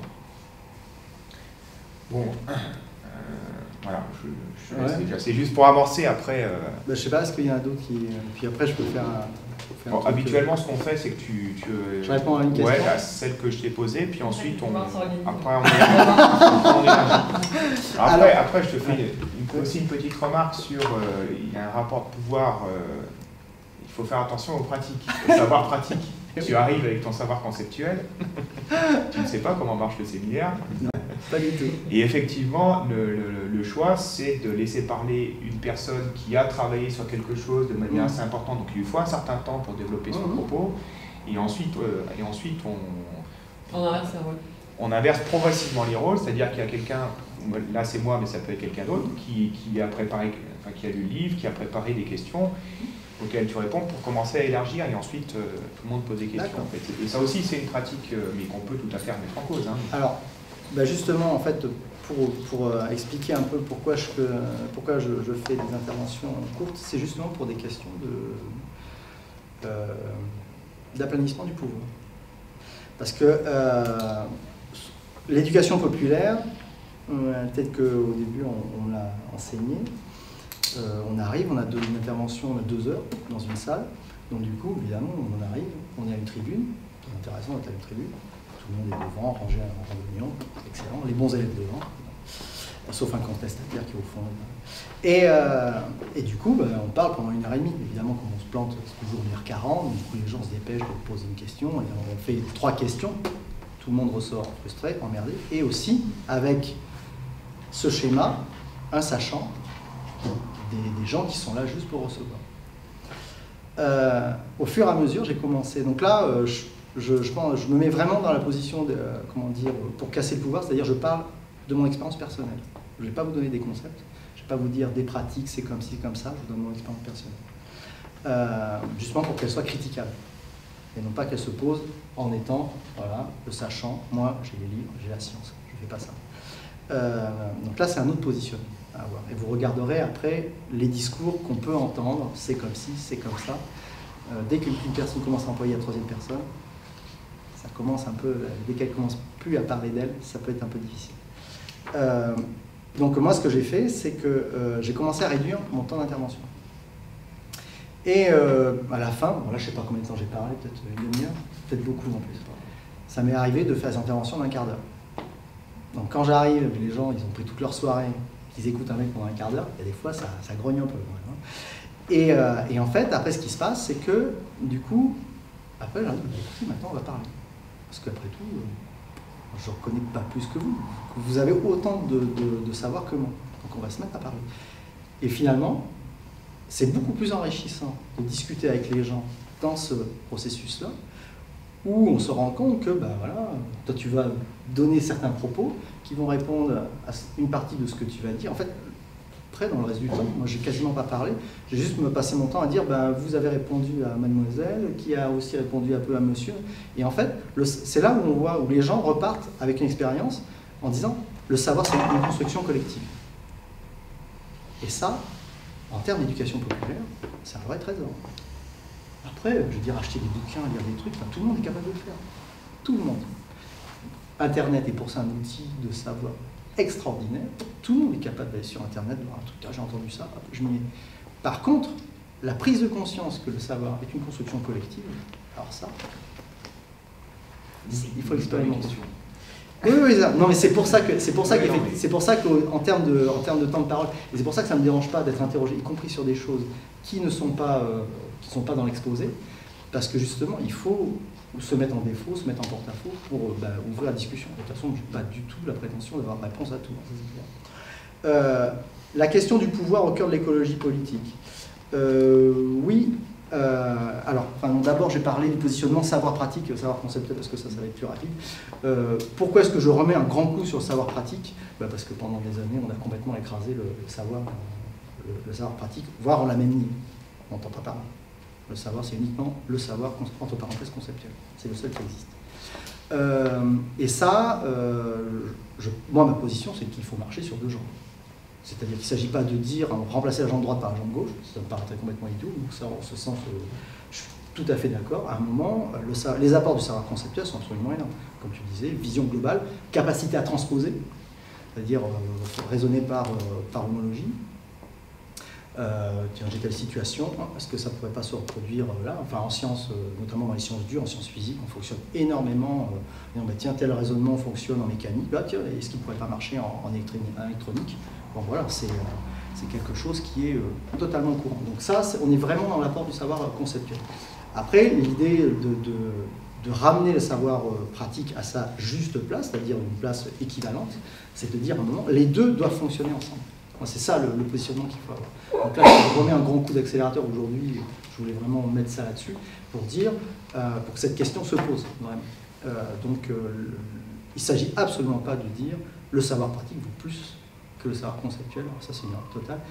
Mais on a été dans l'erreur de dire que le savoir pratique, et d'ailleurs dans l'échelle de domination sociale aujourd'hui, c'est vraiment le savoir conceptuel qui est au-dessus du savoir pratique. Mais apprenez la théorie pour faire un gâteau, vous ne saurez jamais faire de gâteau. C'est sûr et certain. C'est juste ça. Mais par contre, à un moment, il faut apprendre à faire les choses. Après, pour ce qui est de la... Comment dire, alors, l'écosystème aussi, c'est assez rapide. On n'est pas nombreux à l'UFAL à raisonner sur ces questions-là. On a constaté que... nous, on voulait insérer notre travail dans, dans l'édifice. On n'a pas vocation à redire ce que d'autres ont dit, et puis on est vraiment dans une idée, voilà, il y a un mouvement social, il y a vraiment des apports qui sont multiples. Ça ne sert à rien de refaire le travail que d'autres ont fait. Quelles sont nos armes? Nos armes, c'est la structuration, un angle républicain, donc j'ai envie de dire une analyse, pour le coup là, un souci de l'articulation et de la logique, du fait que tous les éléments vont s'emboîter et aller vers une cohérence interne. Voilà, ça c'est vraiment quelque chose qui est très présent chez nous. Et on s'est dit, bon voilà, ça c'est très important de faire ça. Et l'une des bases de ce livre, c'était envoyer un petit bouquin qui va traiter des OGM, un petit bouquin qui va traiter d'Internet, un petit bouquin qui va traiter du nucléaire, tout ça, machin. Mais en fait, le lien entre tous ces livres, il n'existe pas ou peu. Et surtout, parfois, des propos peuvent être contradictoires d'un bouquin à l'autre. Donc à un moment, pour construire quelque chose qui va être efficace, qui va permettre pour le coup, la généralisation, le fait d'avoir une grille d'analyse globale, eh bien, il faut cette forme de globalité. Et nous, on s'est dit, nous on l'a, donc on va là-dedans. Et on a justement, dans un premier temps, exclu le côté écosystème pour dire, ce n'est pas que ça. Et ça, d'ailleurs, ça a très bien fonctionné, parce que quelque part, on est toujours interrogé là-dessus. L'écosystème n'existe pas chez vous. Et oui, il n'existe pas. Mais, il n'existe pas. On n'en a pas parlé, ça ne veut pas dire qu'il n'existe pas, ça ne veut pas dire qu'on n'en a pas conscience. Mais déjà, il y a des gens qui le traitent mieux ailleurs. Quoi ça sert qu'on le traite? Et puis surtout, nous, ce qu'on voulait dire, c'est qu'on peut parler d'écologie politique en se concentrant sur d'autres aspects qui sont tout aussi importants. Et le problème, c'est qu'aujourd'hui, dans l'écologie politique, combien parle de laïcité, combien parle de technique, combien parle de production de la valeur économique, déjà, en plus dans un même livre, parce qu'un bouquin sur la valeur économique, pourquoi pas, un bouquin sur... Enfin, c'est la technique, ok, mais dans un même bouquin, il n'y en a pas beaucoup. Combien parle d'environnement? Des tonnes et des tonnes. Et nous, c'est ce qu'on dit, mais c'est pas que ça. Alors, toujours l'idée, il faut marcher sur deux pieds. Donc on s'est dit, là, il y a un manque. Bon, c'est là qu'il faut qu'on produise notre effort. Ça correspond en plus à nos facultés, donc du coup, utilisons nos capacités. Produire un bouquin sur, je ne sais pas, l'environnement de vie, tout ça, on s'est dit, de toute façon, on fera moins bien que les autres, donc ça ne sert à rien de faire quelque chose. Voilà. On était plutôt vraiment dans le souci d'apporter une pierre à l'édifice. Et après, il y avait quoi? Sur le pouvoir, oui, pas que en écologie politique. Ça mérite le mot vraiment sur l'écologie politique, finalement. Alors, oui, moi je pense que oui. Oui. Eh bien parce que justement tous les éléments sur lesquels on a basé notre travail sont dans l'écologie politique et à l'inverse, des éléments sur lesquels notre travail est fondé, eh bien n'existent pas dans la gauche de gauche. Et c'est ça qui était intéressant, notamment toute la contestation de la valeur. Quand on dit Gors, la notion d'environnement chez Gors, elle est quand même assez faible, on n'en parle pas souvent. Quand Illich écrit son livre donc, pour une société sans école, qui est vraiment un très très mauvais titre, il écrit Déscolariser la société, c'est l'écologie politique. Il parle juste du problème du fait qu'à un moment, dans la manière d'enseigner, on reproduit un schéma de dominant-dominé, de sachant et d'idiot, qui fait qu'à un moment, les gens à qui on va apprendre « Non, mais toi un jour tu seras un dominant, t'inquiète », eux ils vont s'en sortir, et les autres, du coup, ils vont baisser la tête. Donc ça, c'est quelque chose d'important. Et donc c'est vrai, nous, notre filiation, c'est vraiment Gors. Alors nous, on a mis Gors parce que c'est plus politiquement acceptable dans le milieu républicain. Illich, ça sent la pause, hein. Donc il faut faire attention. Mais... son côté Théo. Oui, pas forcément, mais c'est parce que, vraiment, la question laïque est intimement liée à la question d'école, et c'est vrai que Déscolariser la société était un ouvrage qui s'est fait vilipender par l'école républicaine, donc qu'il n'a jamais lu, quoi. Voilà. Donc voilà, c'était ma troisième question que je n'ai pas posée. Donc voilà. On peut prendre plusieurs questions. Hein. Ouais. Allez-y. Puis on peut faire des interventions. Sinon, c'est moi qui dis, hein, qui parle. Non, non, mais moi j'en ai une aussi. Ouais. Mais d'abord, la parole est Allez-y. Je vous sens motivé là. Moi ? Ouais.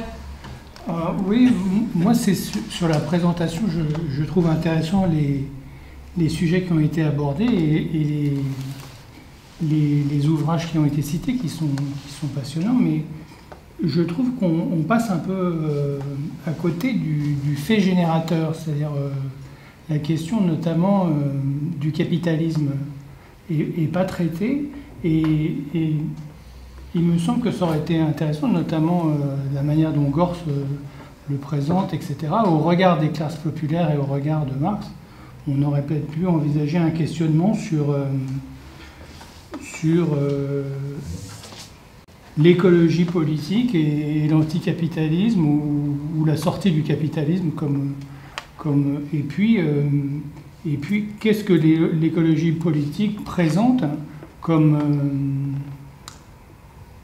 alternative. Bon, c'est une opposition, c'est quelque chose qui s'inscrit en opposition à ce qui existe, mais qu'est-ce que ça présente comme alternative? Et au regard des classes populaires, notamment en fonction de l'émancipation.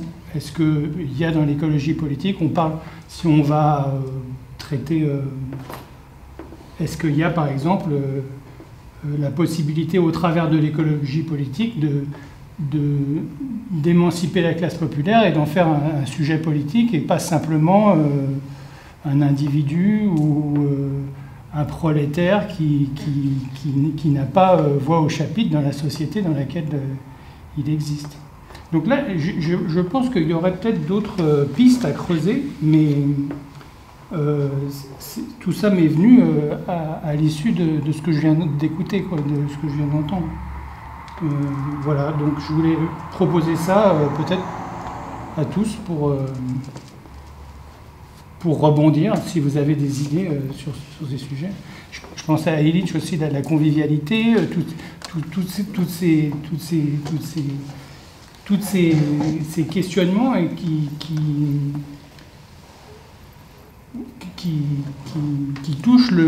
touchent les classes populaires en tant que sujet dans le sens du contrat social, c'est-à-dire capacité d'être acteur par rapport à la politique ou du politique, comme on dit.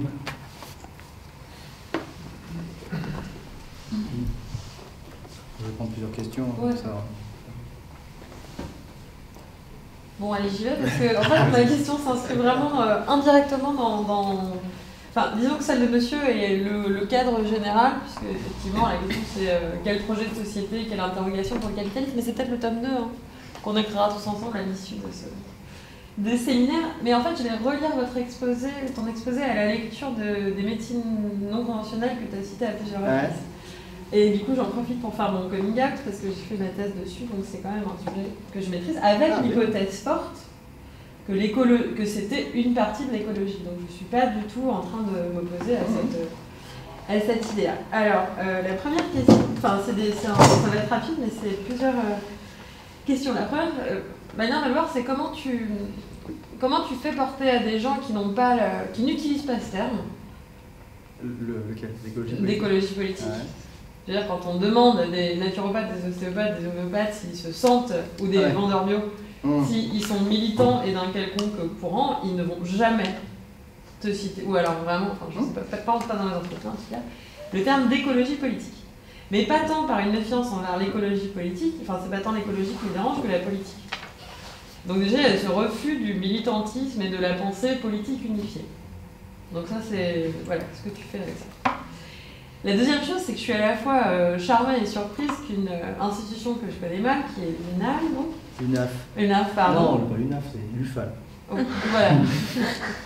L'UNAF, c'est l'Union nationale des associations familiales où siège l'UFAL. Non, mais en tout cas, qu'un organisme qui est basé sur une pensée républicaine et laïque accepte de publier un tel ouvrage et que le point d'entrée... Je n'ai pas dit comment ça s'est passé en interne. Oui, d'accord. Ben, c'est ce que j'aimerais savoir, parce qu'en fait, c'est quand même principalement la question du républicanisme et de la laïcité qui, surtout dans le contexte français, font vraiment front contre cette écologie-là. Encore une fois, moi, je te parle de ce qui se passe, tu as cité les salons tout à l'heure.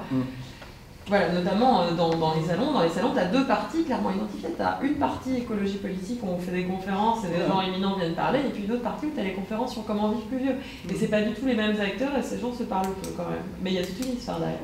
Donc en fait, voilà, comment ça se passe dans un contexte laïque et pourquoi choisir le prisme de la laïcité pour parler de ça. Je suis vraiment curieuse que tu nous parles de ça. Et la deuxième, c'est sur ton intuition de fin, sur l'intuition de fin, sur le rapport entre classe moyenne et...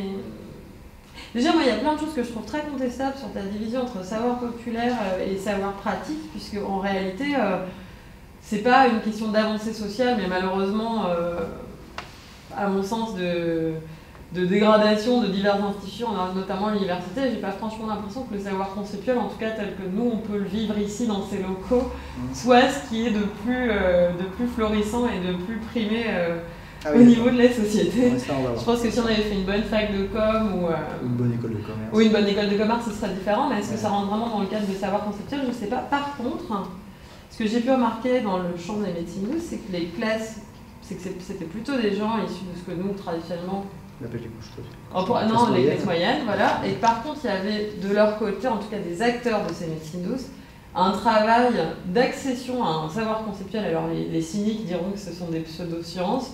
Moi, je refuse de rentrer dans ce débat. Mais en tout cas, l'effort qui était fait n'était pas du tout en direction des classes populaires, mais plutôt d'une espèce de singerie d'un savoir académique, quoi. Attends, est-ce que là il faut que je note? Et ça me pose vraiment un problème parce que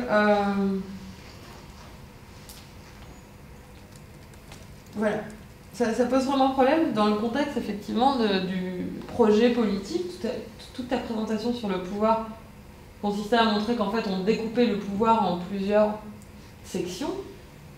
Mais est-ce que finalement, en l'absence d'un ennemi commun, et c'est triste, mais est-ce qu'on peut concevoir, en l'absence d'un nom, d'une revendication, d'un ennemi commun et d'un projet qui serait tourné vers les classes populaires, on peut vraiment parler de mouvement politique ou d'écologie politique? C'est plein de choses en plein de sens. Ça vous fait rien si je réponds? Ah mais peut-être Alors, comment est-ce que je vais aborder tout ça? Je peux juste ajouter une mini-question. Vas-y. Du coup, il faut savoir quel est ce que je ne connais pas non plus très bien, l'UFAL, et savoir quelle définition du républicanisme, parce que du coup, là, on en a parlé en creux, mais en quelques mots, mais juste pour situer un peu le... C'est les mouvements, comment dire, ça va être dans la République sociale. Déjà, on s'inscrit dans la République sociale. Jaurès avait dit cette phrase, le débouché de la République, c'est le socialisme. Sachant que le socialisme à l'époque de Jaurès, c'est pas tout à fait le même qu'aujourd'hui, complètement différent plus de celui qui est au pouvoir. Donc voilà, c'est plutôt ce courant-là qui est porteur. Je pense après il faut regarder les positions. L'UFAL a été à la base de la reconnaissance des enfants adultérins, qui avant, jusque dans les milieu des années 90, n'avaient pas les mêmes droits. L'UFAL a été à la base a été à l'origine de la loi contre le port des signes religieux dans les écoles. On a évidemment milité pour le Pax. On a évidemment milité, on est descendu dans la rue pour soutenir le mariage pour tous. Donc voilà, c'est plutôt aux positions qu'il faut regarder. Aujourd'hui, dans le mouvement social familial, est totalement dominé par les associations confessionnelles, qui sont bien réac. Et il faut savoir en plus que dans les milieux politisés des associations confessionnelles, historiquement, ce milieu-là est lié à l'extrême droite, au niveau européen en plus. Donc ce sont des gens qui sont vraiment nos ennemis. En tout cas, moi je me positionne à gauche. L'UFAL se définit comme une association transformation sociale de gauche. Voilà, c'est marqué dans ses statuts, c'est clair, tout le monde peut le voir. Donc, et la République s'inscrit dans ce sens-là. Donc évidemment, on n'est pas du tout dans la République coloniale, c'est pas du tout cette pensée-là. C'est plutôt la République, c'est la République des Lumières. C'est celle qui évidemment, qui défend la laïcité, c'est-à-dire, et à travers la laïcité, le fait que tout le monde puisse, notamment les enfants, c'est pour ça que l'histoire de la laïcité est intimement liée à celle de l'école. Au XIXe siècle, il faut faire en sorte que les enfants puissent recevoir une éducation libérée du dogme. Il y a un enjeu de pouvoir énorme là-dedans.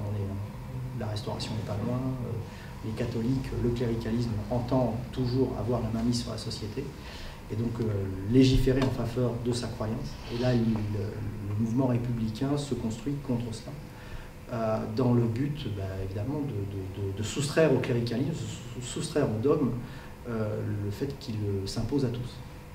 Donc la laïcité se construit comme ça, construisant un espace, préserver des dogmes, dans lequel les enfants peuvent apprendre à raisonner de manière rationnelle.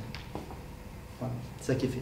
Bon, à mon avis, le coup de balancier a été mis tellement de côté qu'à la fin, du coup, les enfants, ils apprennent les maths, puis on leur dit, vous serez heureux parce que vous aurez de l'esprit critique parce que vous saurez apprendre, vous aurez compris le théorème de Pythagore. Bon, voilà, vous aurez de l'esprit critique en mathématiques, hein, c'est tout. Par contre, savoir est-ce que vous devez, comment vous gérez, vous, dans votre régime alimentaire, rien du tout. Ça questionne quel type de savoir on apprend aux enfants. Mais ça ne questionne pas le fait qu'à un moment, il faut les libérer des dogmes. C'est comme ça que ça s'est constitué. Il faut voir que, par exemple, la loi de la laïcité, dite de la laïcité n'existe pas dans la loi. Le terme n'existe pas. La loi de 1905 est soutenue, par exemple, par les protestants et par les juifs. Parce qu'ils se font complètement casser la gueule par les catholiques depuis 400 ans, en plus. Et du coup, ils en ont marre, quoi. Et ils voient là-dedans le fait qu'à un moment, ils vont être tranquilles. Ils disent, ok, nous ne subirons plus cette loi. Ah, évidemment, les catholiques, ils sont vent debout, ça fait plus d'un siècle.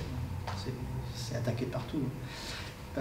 Donc voilà, globalement, voilà l'angle sous lequel bon, je ne sais pas si ça répond. Mais bon, il faut aller sur le site, hein, je crois, l'IFAL.org, de toute façon, il n'y a qu'une. Alors, tout ce qu'il y a là, il y a beaucoup de choses. Projet social, pouvoir, capitalisme. Je vois très bien quoi dire, je ne sais pas comment commencer. Bon, moi je pense que je vais aborder le travail de Friot. Et donc ça va répondre aussi un peu à ce que tu disais. Il y a des gens qu'on pourrait classer dans l'écologie politique, puis finalement, écologie pourquoi pas, militantisme pourquoi pas. Enfin, voilà. Je pense qu'on peut être un militant politique sans se revendiquer comme tel, sans même avoir conscience quelqu'un qui pratique une méthode alternative d'organisation, de partage des richesses, de gestion, eh bien, il a une action concrète et par son exemple, il est politique. Son exemple est politique. Après, si on limite le militant politique à celui qui est capable d'aller distribuer des tracts, d'écrire et d'avoir une pensée politique en termes de projet politique pour la société, je trouve ça extrêmement réducteur. C'est pas du tout ce que j'ai dit. Non, j'ai pas eu tout ça. Quand on demande aux gens, c'est comme si tu demandes à un type, c'est comme si on décidait, parce que ça, là pour le coup, il y a un pouvoir symbolique qui est hyper fort. C'est comme si on décide que quelqu'un qui est barbu et qui fait la prière 5 fois par jour, on a décidé de le classer dans la catégorie terroriste. Quoi. Voilà, c'est ça. Donc, non, je suis tout à fait d'accord. Pourquoi tu colles l'étiquette, ce qui est un petit peu... Mais justement, il ne faut pas la coller. Moi, je suis contre ça, pour le coup. Je pense qu'il ne faut pas la coller. Je pense que des gens qui le pratiquent... Enfin, je pense que l'action concrète peut être tout autant porteuse de valeurs politiques et d'exemples politiques que quelqu'un qui va écrire des bouquins, qui va réfléchir, qui va avoir un vrai propos.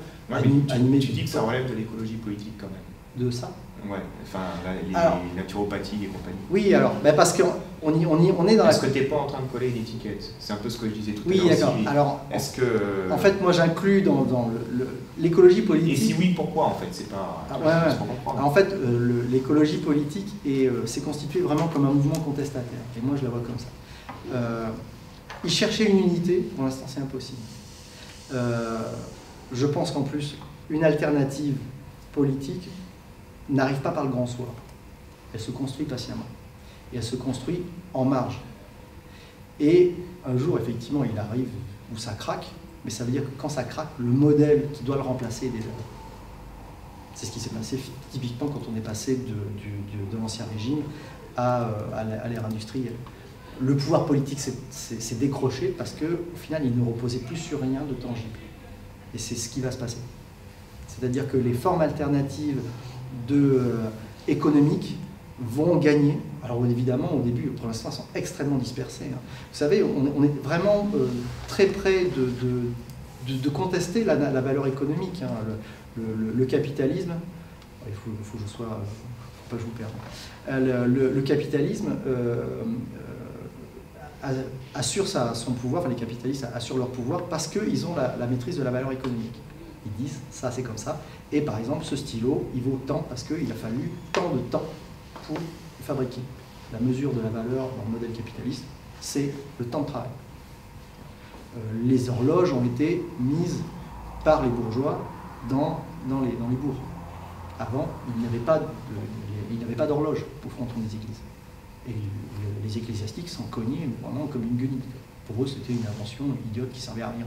Ça n'avait un intérêt que pour les bourgeois qui pouvaient comme ça mesurer la présence de leurs ouvriers, leur temps de travail. Ils leur disaient, bah voilà, tu as bossé 4 heures, tu vaux autant. Demain, hier, tu as bossé 3 heures, bah, tu seras payé moins. Voilà, c'était ça l'intérêt des horloges. Alors qu'on savait faire des horloges depuis des siècles et des siècles. Enfin, mais économiquement, ça n'avait aucune existence, aucune reconnaissance. C'est vraiment la bourgeoisie qui met ça en place. Et elle construit petit à petit des alternatives. Dans telle ville, c'est réglé comme ça, dans telle autre, c'est réglé comme ça, dans telle autre, ça se passe comme ça. Et puis petit à petit, les réseaux faisant, les liens se tissant, eh bien, ça s'unifie. Et puis à un moment, sur le plan économique, c'est devenu tellement important, puis la royauté et les nobles étant ruinés, parce qu'effectivement, ils n'avaient plus de moyens de capter de valeur économique, donc plus de pouvoir politique.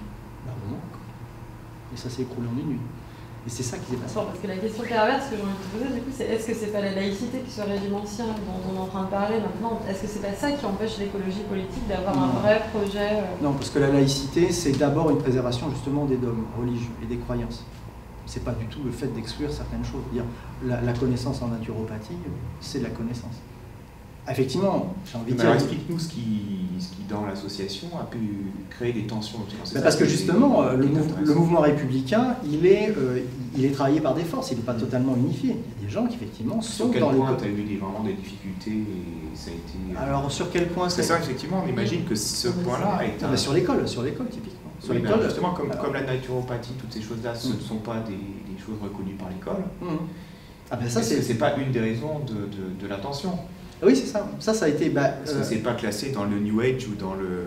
Justement, si, c'est ça.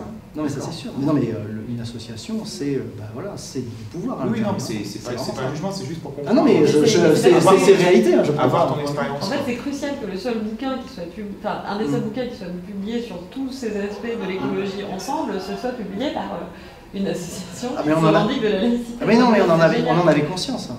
Et c'est pour ça qu'on l'a fait.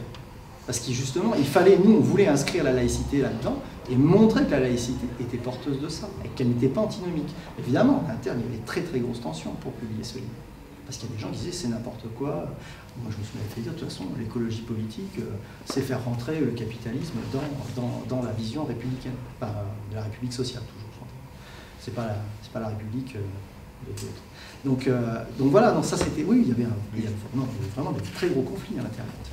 C'est ça l'objection, la raison principale de l'hostilité que tu as rencontrée à l'intérieur de l'UFA? Oui, c'est ça, oui, bien sûr. Mais la question d'une assimilation écologie politique capitalisme.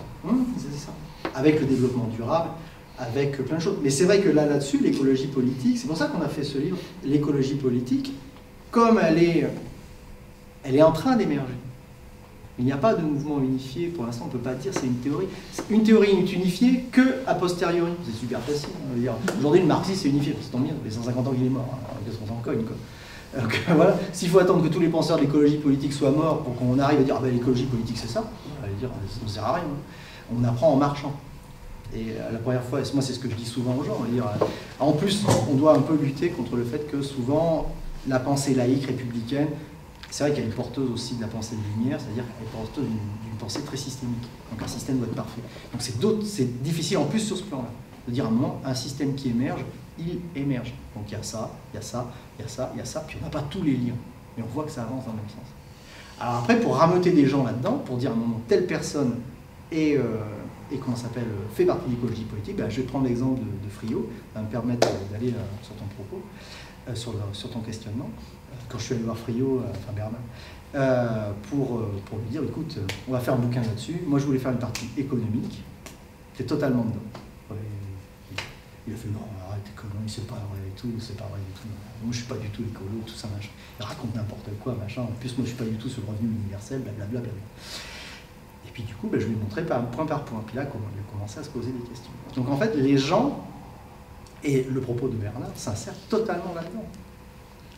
Et il en a tous les aspects. Donc, à un moment, et en plus, j'ai envie de dire, je l'ai un peu retourné contre lui-même, c'est-à-dire qu'il est le premier à dire un révolutionnaire, c'est celui qui dépasse les apparences. Ça, je lui ai jamais dit, il voit la vidéo, il est content, Bernard. C'est qu'en fait, il est le premier à dire il faut dépasser les apparences d'un système pour voir ses potentialités. Donc, du coup, même j'ai vu le propos de Bernard Friot, je lui ai dit, ok, d'accord, tu as ta carte au PC depuis 20 ans, mais finalement, tout ce que tu dis, c'est totalement dans l'écologie politique. C'est pas une thèse qui est reconnue par tout le monde.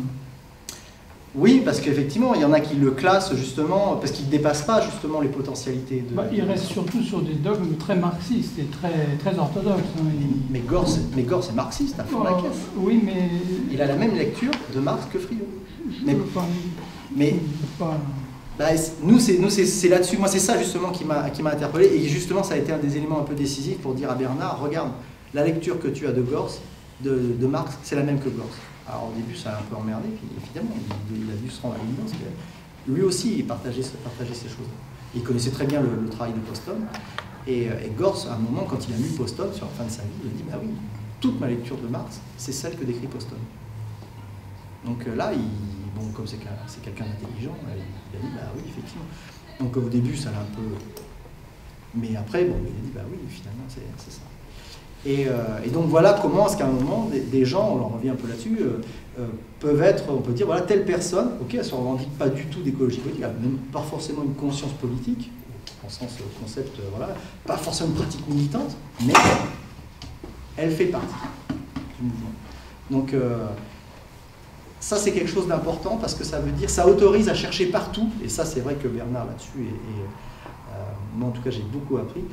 Il faut être le révolutionnaire, ce n'est pas celui qui fait table rase, c'est celui qui, dans le réel, qui existe déjà, voit l'alternative et qui dépasse ce qu'on en dit, il dépasse l'apparence pour dire à un moment, ce mécanisme-là, ce petit mécanisme, si on l'applique à la totalité de la société, là on produit vraiment quelque chose de révolutionnaire qui va changer la société. Et lui, il le voit avec la sécurité sociale, enfin avec la cotisation sociale, pas la sécurité, mais cotisation sociale. Donc la Sécu, puis tout le reste. Et la sortie du capitalisme, c'est simple, c'est qu'à un moment, on n'en est pas loin. Par exemple, les monnaies alternatives. Aujourd'hui, il y a plein de mairies en France, de communes en France, qui soutiennent des monnaies alternatives, parce qu'évidemment, il n'y a plus de travail. Il y a du travail concret, mais il n'y a plus de travail. C'est-à-dire qu'il n'y a plus de capitalisme pour dire ça vaut de l'argent.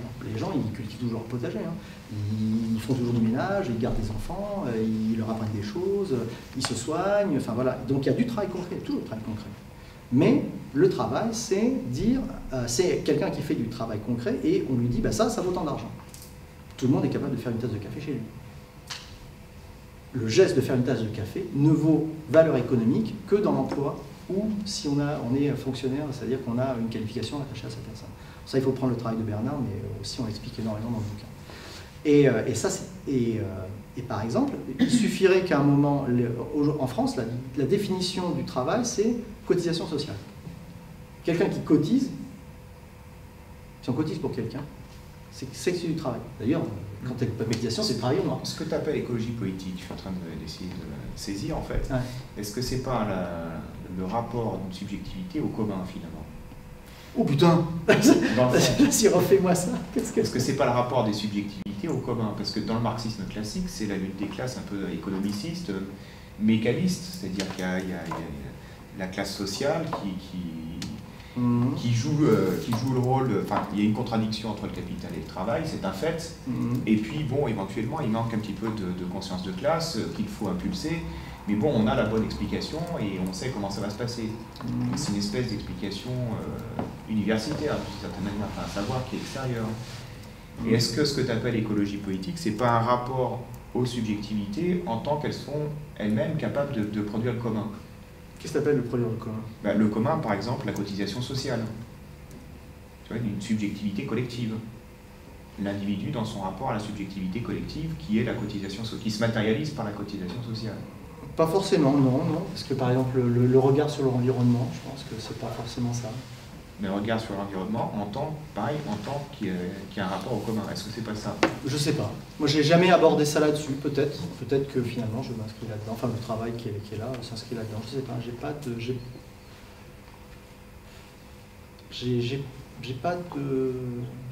réponse. Peut-être. Je vois pas. J'ai pas d'éléments, je peux pas répondre. D'accord.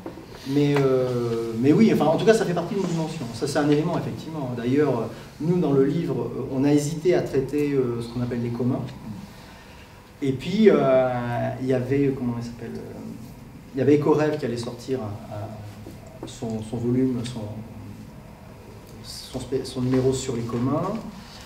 Et nous, on s'est dit, bon, de toute façon, c'était vraiment un champ qu'on ne maîtrisait pas assez. Et là, pour le coup, il nous a apparu que le champ des communs était vraiment quelque chose qui était, là, pour le coup, extrêmement balbutiant.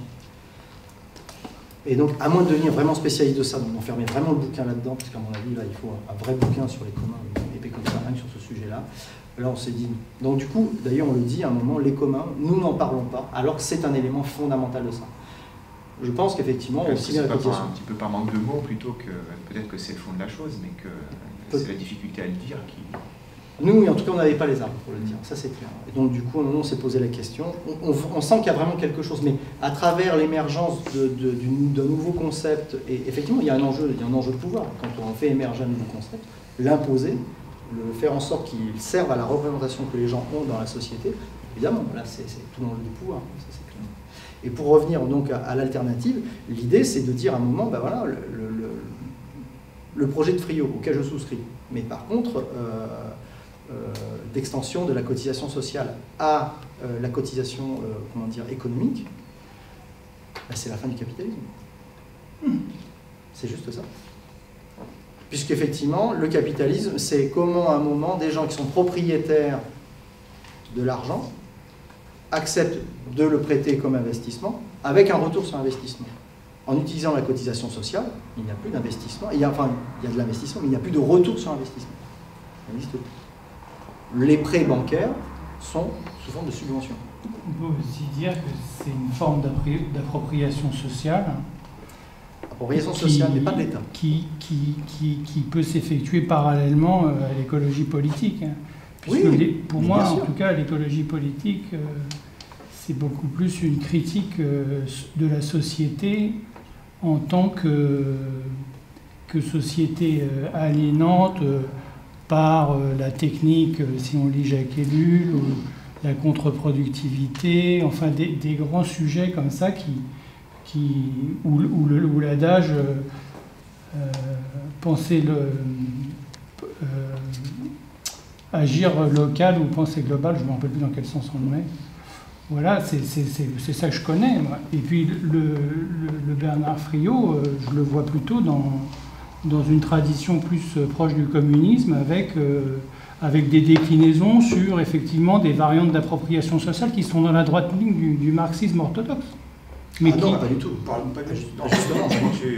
C'est un peu ce que je voulais dire aussi. On est dans cette question du commun, c'est que le marxisme orthodoxe, le communisme orthodoxe, c'est plus l'État qui fait qu'un rapport, disons qu'une tentative de penser la société ou d'avoir un rapport à la société dans lequel on engendre du commun, de l'égalité, autrement dit. Ah oui.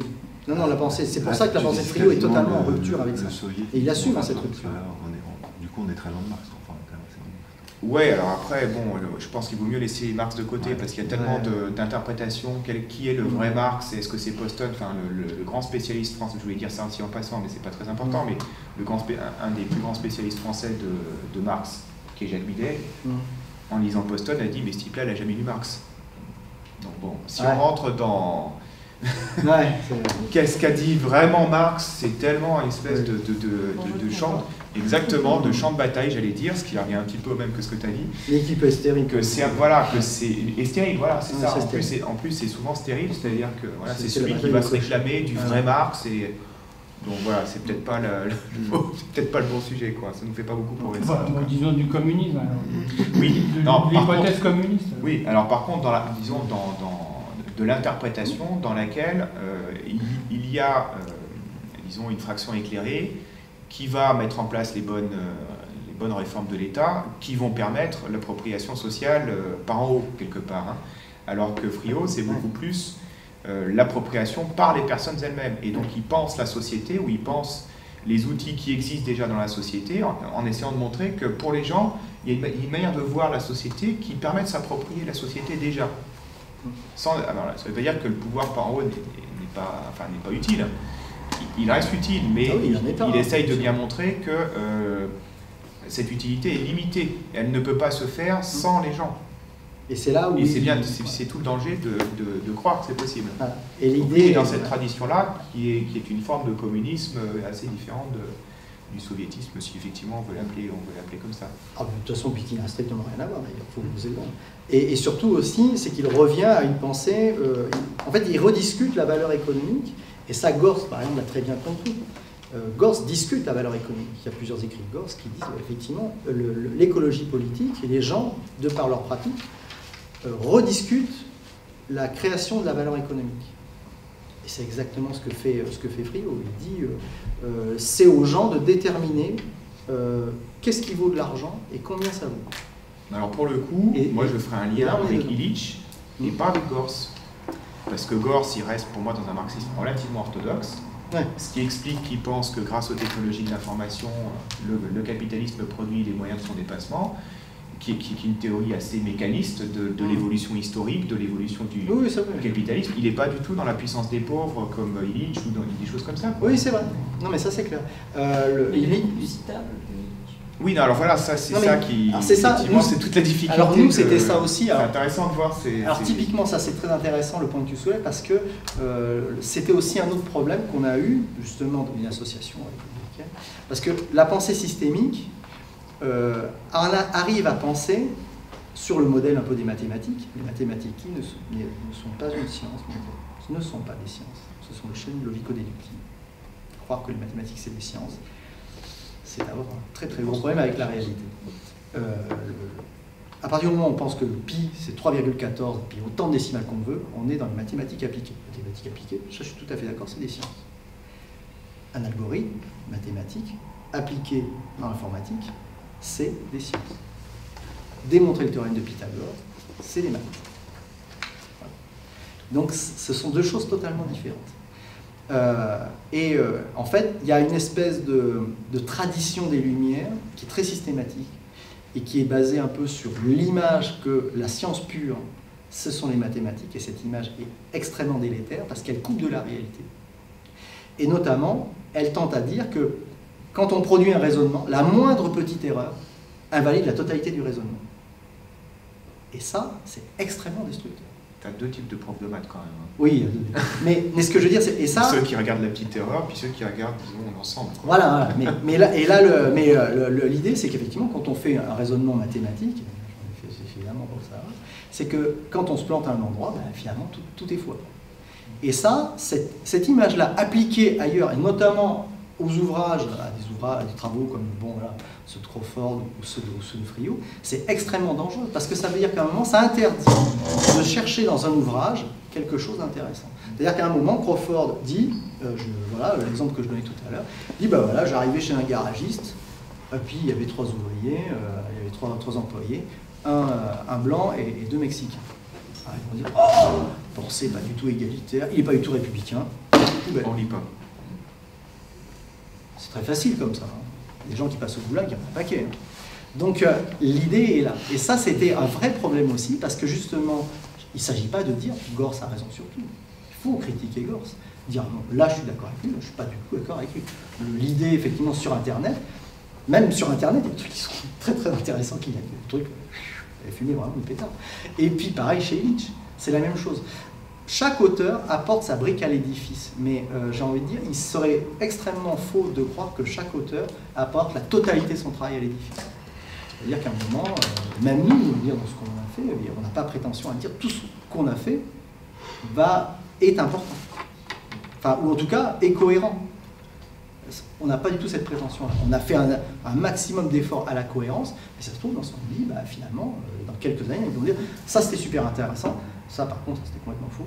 Et ça, c'est hyper important d'avoir toujours l'œil critique. Et ça c'est donc ce qui posait problème dans le... Oui, ça oui. Ben oui, parce que tu peux pas citer, nous d'ailleurs, on n'est même pas rentré sur le terrain avec Illich, mais c'était impossible de citer Gors, parce que Gors, ayant dit 2-3 conneries, la totalité de son œuvre ne servait à rien. Et ça, c'est un type de raisonnement qui est, à mon avis, bon, j'y vois un héritage des Lumières au sens sciences reines mathématiques, qui est extrêmement destructeur de tout progrès. Parce que ça veut dire qu'à un moment, on s'interdit d'aller piocher dans la réalité, ou même chez quelqu'un, ce qu'il a pu produire. Moi, il y a un exemple que je donne toujours, c'est celui de Newton, qui a produit certainement l'œuvre scientifique la plus importante, pour une seule personne. C'est colossal ce qu'a écrit Newton.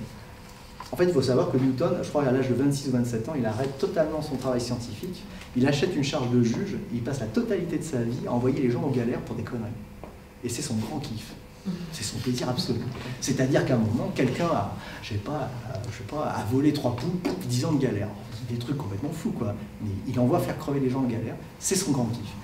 Au nom de quoi, là, on ne devrait pas lire ce qu'a écrit Newton, parce qu'à un moment, c'était quand même un vrai connard. Enfin, ça n'a pas de sens.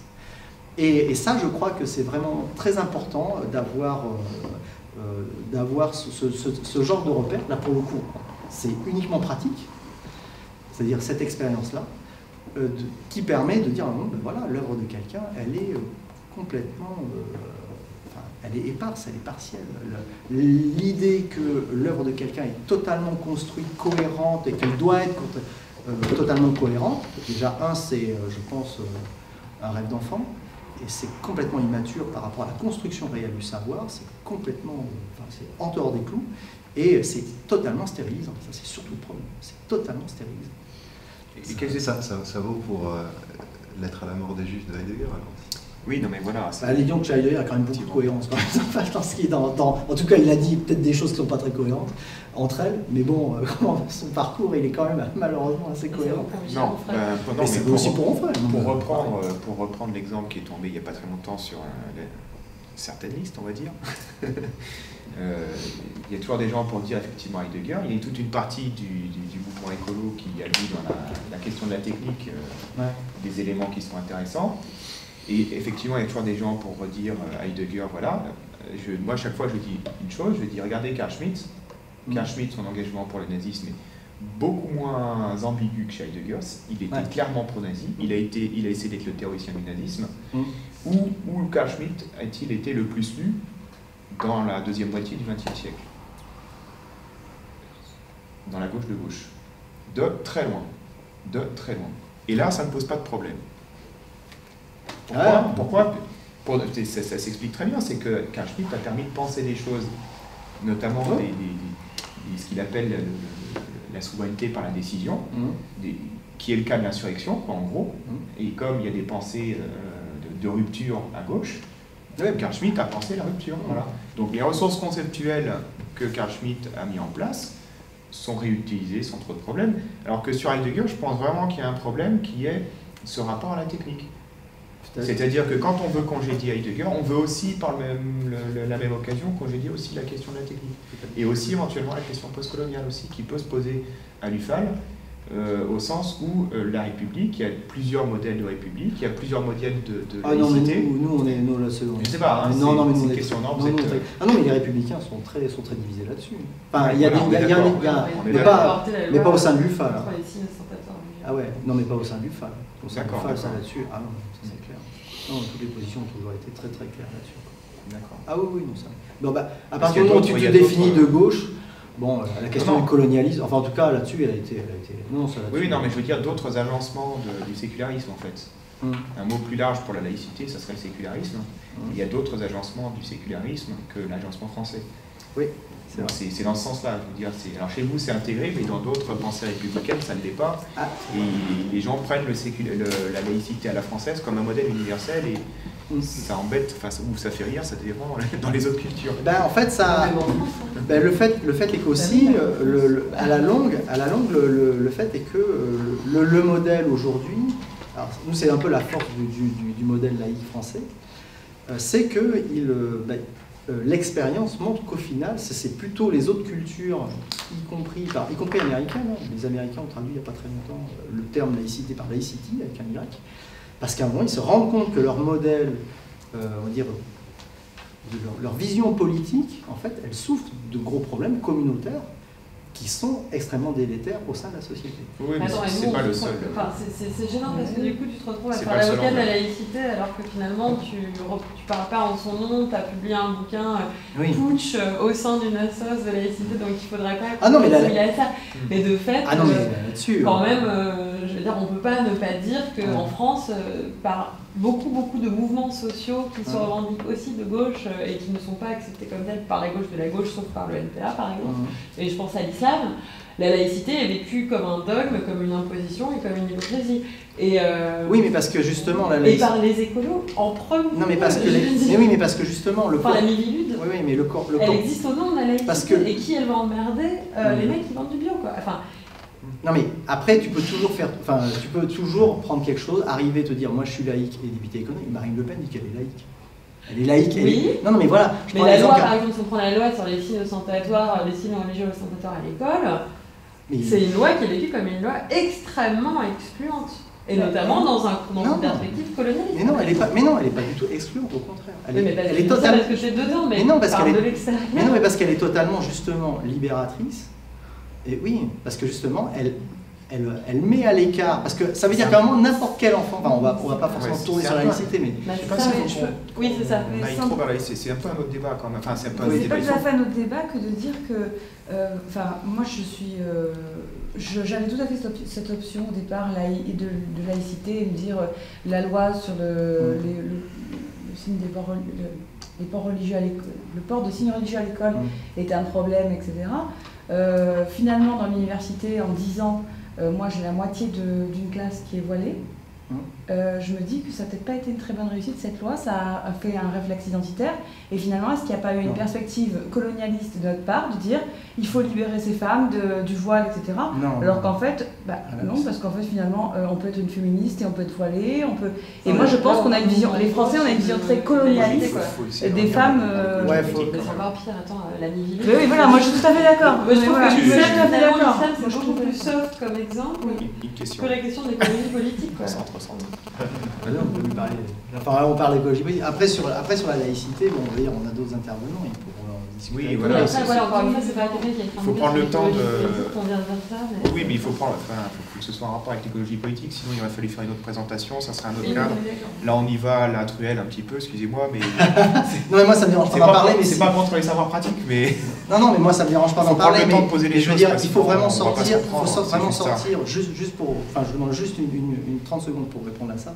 C'est-à-dire qu'en fait, le modèle caricatural et tel qu'il est porté justement par des associations là-dessus, je veux dire, il est très très fort, parce qu'effectivement, il faut savoir que derrière tous ces mouvements religieux, qui sont en général extrêmement revendicatifs, il y a des mouvements intégristes qui sont derrière et qui instrumentalisent.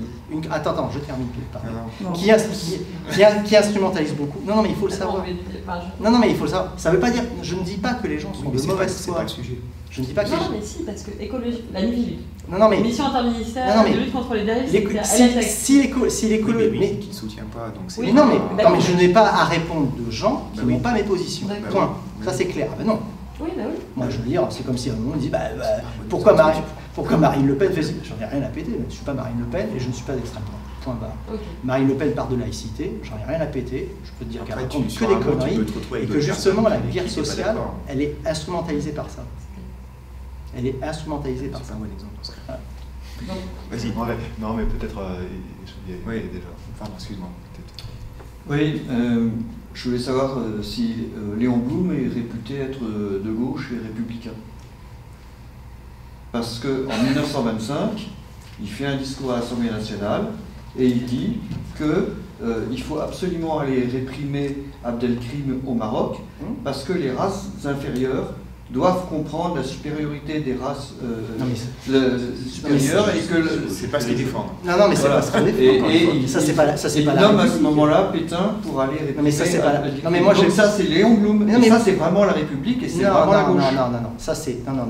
Ça, à un moment, moi je vais pas répondre de crétin, d'accord. Donc si vous voulez un bouc émissaire... Il y a Léon Blum, non, mais j'en ai rien à péter. Je ne suis pas Léon Blum, je ne réponds pas. D'accord. Non, mais c'est vrai que c'est comme l'écologie politique. Enfin, c'est-à-dire que faut pas, on peut pas. La République n'est pas On peut pas poser des questions à Guillaume sur des positions qu'il ne revendique pas. Non, mais ça c'était pas ma question. C'est parce qu'il a parlé de. C'est comme l'écologie politique. C'est comme l'écologie politique de te prendre un petit bout de l'écologie politique, de dire ils sont tous pareils et donc. Oui, par exemple. Voilà, c'est ça. C'est pas. Donc voilà. Non, mais j'avais deux petits points. Je comprends pas bien l'expression classe populaire. Quand est née l'expression classe populaire? Qu'est-ce que ça veut dire une classe non populaire? Qu'est-ce que ça serait? Parce que pour moi, dans le mot peuple, il y a tout le monde. Alors je vois pas comment dire classe populaire. Il y avait la question d'Anaïta sur la naturopathie, tout ça. C'est pas un discours pour les classes populaires, c'est pas des pratiques pour les classes populaires. Donc du coup, comment tu fais le lien en quelque sorte? Pourquoi tu vois dans la santé un modèle? Alors dans la santé, ça revient sans oublier sa question. Hein. Et j'ai une deuxième question. Qui sont alors attends, j'essaye. Est-ce que j'arrive à répondre aux deux en même temps? Oui, parce que tu es obligé de définir quand même les classes populaires. Mais de toute façon, la définition même de... C'est toi qui as choisi le sujet de l'exposé, je te le rappelle. C'est quand même pas moi. L'UFAL, vous n'arrêtez pas de parler de classes populaires, vous avez oui. Non, les classes populaires, globalement, bon, il y a deux approches, c'est ce que je mettais. Il y a au sens où les classes populaires ne sont pas les rentiers. Point. Voilà, c'est ça. C'est ceux qui sont obligés, qui vivent de leur salaire et de leur travail.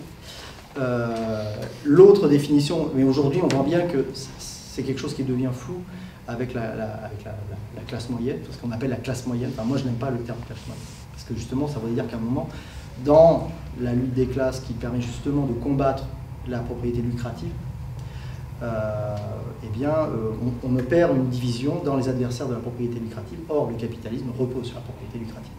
Voilà. Je suis propriétaire d'un champ, tous les gens qui viennent cultiver me doivent quelque chose, alors que moi j'y branle rien. Donc ça c'est quelque chose d'important. La notion de la définition de classe populaire, en soi, c'est un enjeu.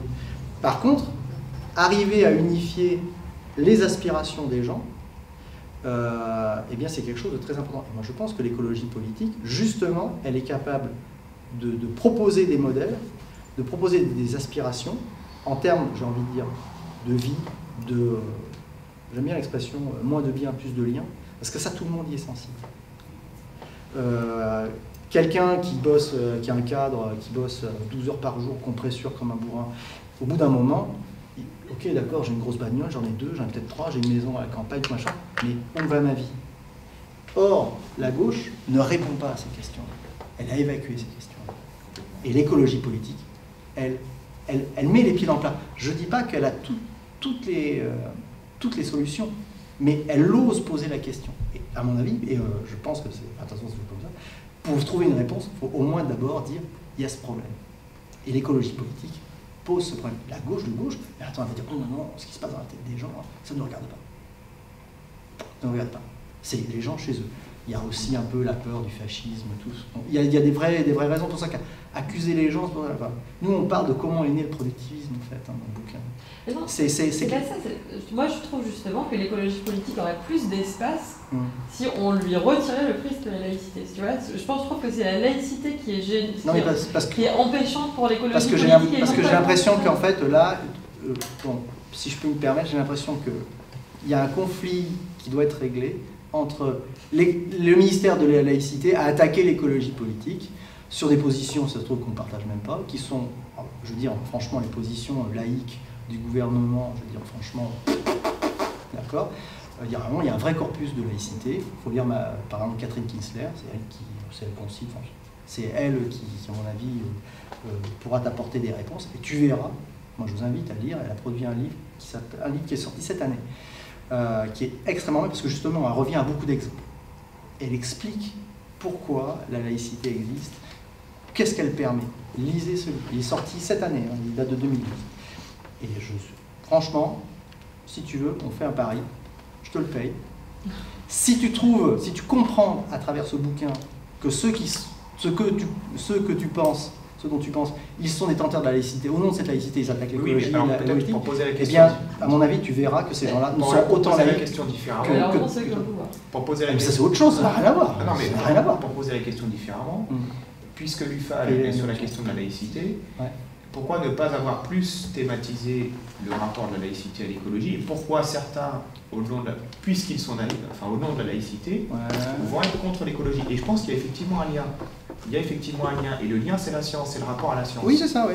Mais alors c'est le lien qui passe par laïcité, république, science, mathématiques. Je pense que tout cet arc est là. Donc c'est pour ça que je parlais du modèle mathématique. Pourquoi ne pas l'avoir mathématique. plus thématisé justement en disant parce qu'à un moment, il y a des conceptions de laïcité qui posent problème dans le rapport à l'écologie. Alors nous, en fait, le problème n'est pas la conception de la laïcité. La conception de la laïcité, c'est pour ça que je dis à un moment... C'est pas la vôtre, mais celle des autres. Ah oui, non mais nous, déjà, on combat, à un moment, il y a des... On ne peut pas faire un bouquin sur tout.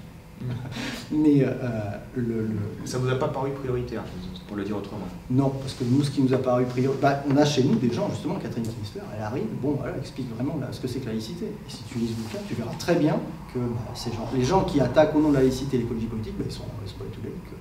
Ça c'est clair. Aujourd'hui, en France, parmi les dirigeants, il n'y a aucun laïc. Mais c'est qui attaque l'écologie politique? Je peux reprendre cet exemple, je ne sais pas. Non, mais la laïcité et l'écologie politique. Non, voilà. Mais par contre, le vrai problème dans l'héritage républicain, et là je vais introduire le mot traditionnel, c'est cette espèce d'accrochage à l'esprit des Lumières qui est très bon, mais qui ne voit dans l'esprit des Lumières qu'une seule chose, c'est les mathématiques comme science reine. Et à partir du moment où on met mathématiques comme science reine, on est dans le savoir conceptuel uniquement. Dès qu'on met de la pratique, une science est moins cotée. Et ça, c'est extrêmement fort comme symbole. Et au nom de cette vision-là, tout le savoir pratique, il est dévalorisé, il n'existe plus. Et donc ça, c'est excluant. Et ça, effectivement, pour l'héritage républicain, il y a une vraie révolution à faire pour comprendre qu'à un moment, les mathématiques ne sont pas une science, qu'elles ne peuvent pas être prises comme un modèle de pensée, que des sciences physiques, la chimie, la biologie, sont beaucoup plus porteuses d'un vrai raisonnement conceptuel pratique. Ça n'empêche pas qu'il faut continuer à faire des mathématiques, évidemment. Mais dire à un moment que l'esprit critique se forge sur les mathématiques, non, l'esprit critique sur les mathématiques, ça sert à avoir de l'esprit critique en mathématiques. Ça, tu l'as dit quand tu as dit, il y a une tradition qui s'est fondée en France pour pas que les enfants se fassent enseigner les dogmes, qui a été de les tourner complètement vers la science, et on leur a pu demander comment ils allaient s'épanouir. Et donc en fait le problème c'est que toute cette idée d'épanouissement elle est restée dans la sphère personnelle, et donc il y a bien une scission en France entre rationalisme, science, etc. et donc ce qui doit être enseigné, et l'impossibilité de parler de tout ce qui peut être, et qui assimile tout de suite dès qu'on parle un peu de personne humaine au personnalisme, spiritualisme, etc. Et c'est pour ça qu'il ne peut pas ressortir. Donc, et c'est pour ça que c'est un vrai enjeu. Et qu'on ne peut même pas prendre ce qu'il y a dedans de bon, puisque de toute façon parler de la personne, parler de la subjectivité, c'est reparler de... Nécessairement, après réintroduire la porte. Spiritualiste. Voilà. Et puis tu l'as cité, tu l'as dit tout à l'heure, c'est-à-dire que tu as parlé de tabou. Et en fait, il y a des lignes qui sont précieuses dans l'histoire de révolutionnaire de l'écologie politique de Frémyon, où alors, mais vraiment à la page 250, au milieu de son histoire hyper rationnelle, tout d'un coup, on a l'impression qu'il y a l'urticaire parce qu'il parle de ces horribles spiritualistes de l'écologie contre-culturelle, avec des termes qui se rapportent aux Lumières, effectivement. Toi, tu le prends pas. Peut-être que stratégiquement, c'est bien de le prendre par les mathématiques comme science toute puissante, mais il y a aussi un autre aspect, c'est que les Lumières, c'est aussi la division de l'espace politique, de l'espace public et de l'espace privé. Et en fait, il y a quand même la notion de religion. Oui, mais pourquoi ce mouvement? En fait, moi j'ai envie de dire, comment dire, quand on fait la critique de quelque chose, pourquoi, enfin, il est nécessaire de voir les choses comme un mouvement évoluant. Et c'est hyper important. On ne peut pas se passer des lois. Il faut des lois. La République est porteuse justement du fait que les lois s'appliquent à tout le monde et de manière égale. C'est ça une base. La laïcité est porteuse de tous les droits dans le monde pour les femmes, l'égalité homme-femme. Quand vous avez une militante iranienne qui vient vous voir, une militante iranienne féministe, il y en a une là, et qui te dit voilà. Je préfère qu'on commence. Non mais je veux dire, à un moment il y a, à un moment ça existe. Et donc du coup, les gens, non mais je veux dire, quand ils font référence en disant bah oui, moi je peux militer parce qu'à un moment des lois comme ça existent. C'est hyper important. Et en plus, à un moment où on fait le procès de quelque chose, dans le but de le condamner et de le guillotiner, où à un moment on travaille les forces. Et moi, je préfère voir le mouvement dans lequel je suis en disant à un moment, ben voilà, ça doit évoluer, faisons-le évoluer. Ça, c'est intéressant, gardons-le. Et c'est comme ça qu'il faut faire. En écologie politique, c'est exactement ce qu'il faut faire. Dans le fond, oui. Ouais, mais moi, il y avait l'histoire du corps, et ça, c'est hyper important. Peut-être pas. Je voulais relever un dogme de Bernard Friot qui m'a totalement hérissé. Non, mais ça, il faut en parler à Bernard. Il y a toujours partout des relations de pouvoir. Et je crois que Bernard Friot est quelqu'un qui nie totalement les apports de l'ethnologie et anthropologie. Il est uniquement resté dans son monde industriel, dans son monde occidental, il n'a jamais été voir ailleurs, et entre autres, il n'a jamais lu Pierre Clastre. C'est pas possible d'asséner un tel dogme. C'était un point, effectivement. Mais comme il est 7 heures, là, il me semble que tout ça débouche sur on parle du personnalisme, ça débouche sur un débat qui est en fait celui très actuel des années 30. Qui est, si tu veux, je simplifie à l'extrême, mais en gros, qui est que la direction du conflit social, le conflit social a une direction dominante, je simplifie beaucoup, qui est capital-travail. Or, et c'est tout à fait ce que dit Poston, il dit, ce conflit-là, il est dans le capitalisme, il ne sort pas du capitalisme. C'est pour ça qu'il faut instaurer un autre type de conflit social qui fasse changer de direction à la société. Et ça ne peut passer que par un intérêt pour les subjectivités, justement, pour la vie de l'esprit. Et c'est ce qu'ont tenté une partie des personnalistes dans les années 30 en disant on va essayer d'aller dans une autre direction. Bon, ça n'a pas marché, mais le problème se repose, à mon avis, complètement aujourd'hui. Alors, évidemment, c'est pas complètement comparable et ainsi de suite, mais à mon avis, c'est beaucoup plus large que ce que tu as dit. Puis si on va pas, maintenant on n'a plus le temps de... Mais voilà, je pense que c'est une question qu'il faut qu'on pose à un moment ou à un autre dans le séminaire. C'est cette fameuse question des années 30. Pourquoi les élus Charbonneau, pourquoi viennent-ils de cette origine-là? Pourquoi on trouve de manière permanente dans l'écologie politique cette idée que la lutte, elle doit d'abord être culturelle? Culturelle, ça veut dire, je ne vais pas faire trop de philo, mais chez Hegel, c'est la vie de l'esprit. La culture, c'est la vie de l'esprit, précisément. Et qu'à ne pas poser cette question-là, le conflit dominant, finalement, se coupe de forces qui permettraient, ne serait-ce que même un truc de base, qui serait de reprendre un peu pied dans les classes populaires. Mais c'est évident. Tout simplement. Non, mais ça, c'est clair. Mais rendez-vous le 16 avril pour l'exposé de Quentin Hardy sur les luttes. Oui, alors ça ne sera pas directement les années 30, mais effectivement, mais on peut essayer de trouver quelqu'un un peu plus sur ces questions. Mais par contre, moi je pense que pour en revenir juste c'est plus large que l'écologie politique. Quand même, à la question que tu avais posée sur la naturopathie, moi dans les pratiques alternatives de santé, comment dire, c'est comme tout, je pense qu'il ne faut pas se focaliser sur un point, dire voilà, c'est le mot de la fin. Voilà. Ah oui, le naturopathe. Mais justement, il est important. Mais les naturopathes bon, ils font ci, ils font ça. Ok, d'accord. Peut-être. Moi, je pense que ce qui est intéressant, ce qu'il faut retenir, en fait, c'est vraiment ma manière de procéder. C'est-à-dire, je prends un champ et dans ce champ, je regarde ce qui est progressiste. Et moi, je constate que dans tout ce qui concerne les pratiques alternatives de santé, il y a une remise en cause du pouvoir tel qu'il s'exerce notamment dans les hôpitaux, notamment on retrouve le pouvoir sur le savoir, qui est catastrophique, le pouvoir, alors évidemment, y compris dans le personnel soignant, mais aussi par rapport aux soignés, toute une vision du corps qui est remise en cause, sur laquelle effectivement, évidemment, quand tu es médecin dans un hôpital, eh bien, ton pouvoir repose sur une certaine forme de vision du corps. Remettre en cause cette vision du corps, c'est détruire le pouvoir de ces gens. Ça, et aussi, on réintroduit toujours un lien entre la notion, on va dire ce que je disais, le fait d'avoir une vie heureuse et le fait de s'occuper de son corps. Alors qu'un médecin, tu as un problème à la jambe, écoute, on va te mettre de boulon, et ta jambe ira bien. C'est pas pour autant que tu vas bien. Et ça, moi, je trouve que ces questions-là, c'est pour ça que c'est ce que toute la médecine alternative va à l'échafaud, au regard de justement la médecine conventionnelle. C'est bien pour ça que je te dis parce que c'est bien plus large. Oui, non, mais on l'avait dit.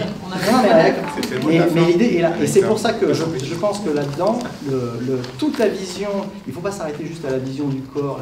C'est-à-dire que toute la pratique des médecines alternatives, il y a dedans, elle synthétise à mon sens, un apport énorme de l'écologie politique en tant qu'un prisme qui condense le rapport au corps, la libération, le droit à une vie heureuse, le fait de ne pas évacuer cette question-là, le fait qu'il y a des savoirs qui ne sont pas forcément conceptualisés, et aussi évidemment toute une notion de structure du pouvoir dans la société qui nie le savoir pratique au profit d'un savoir qui doit être reconnu dans la structure sociale.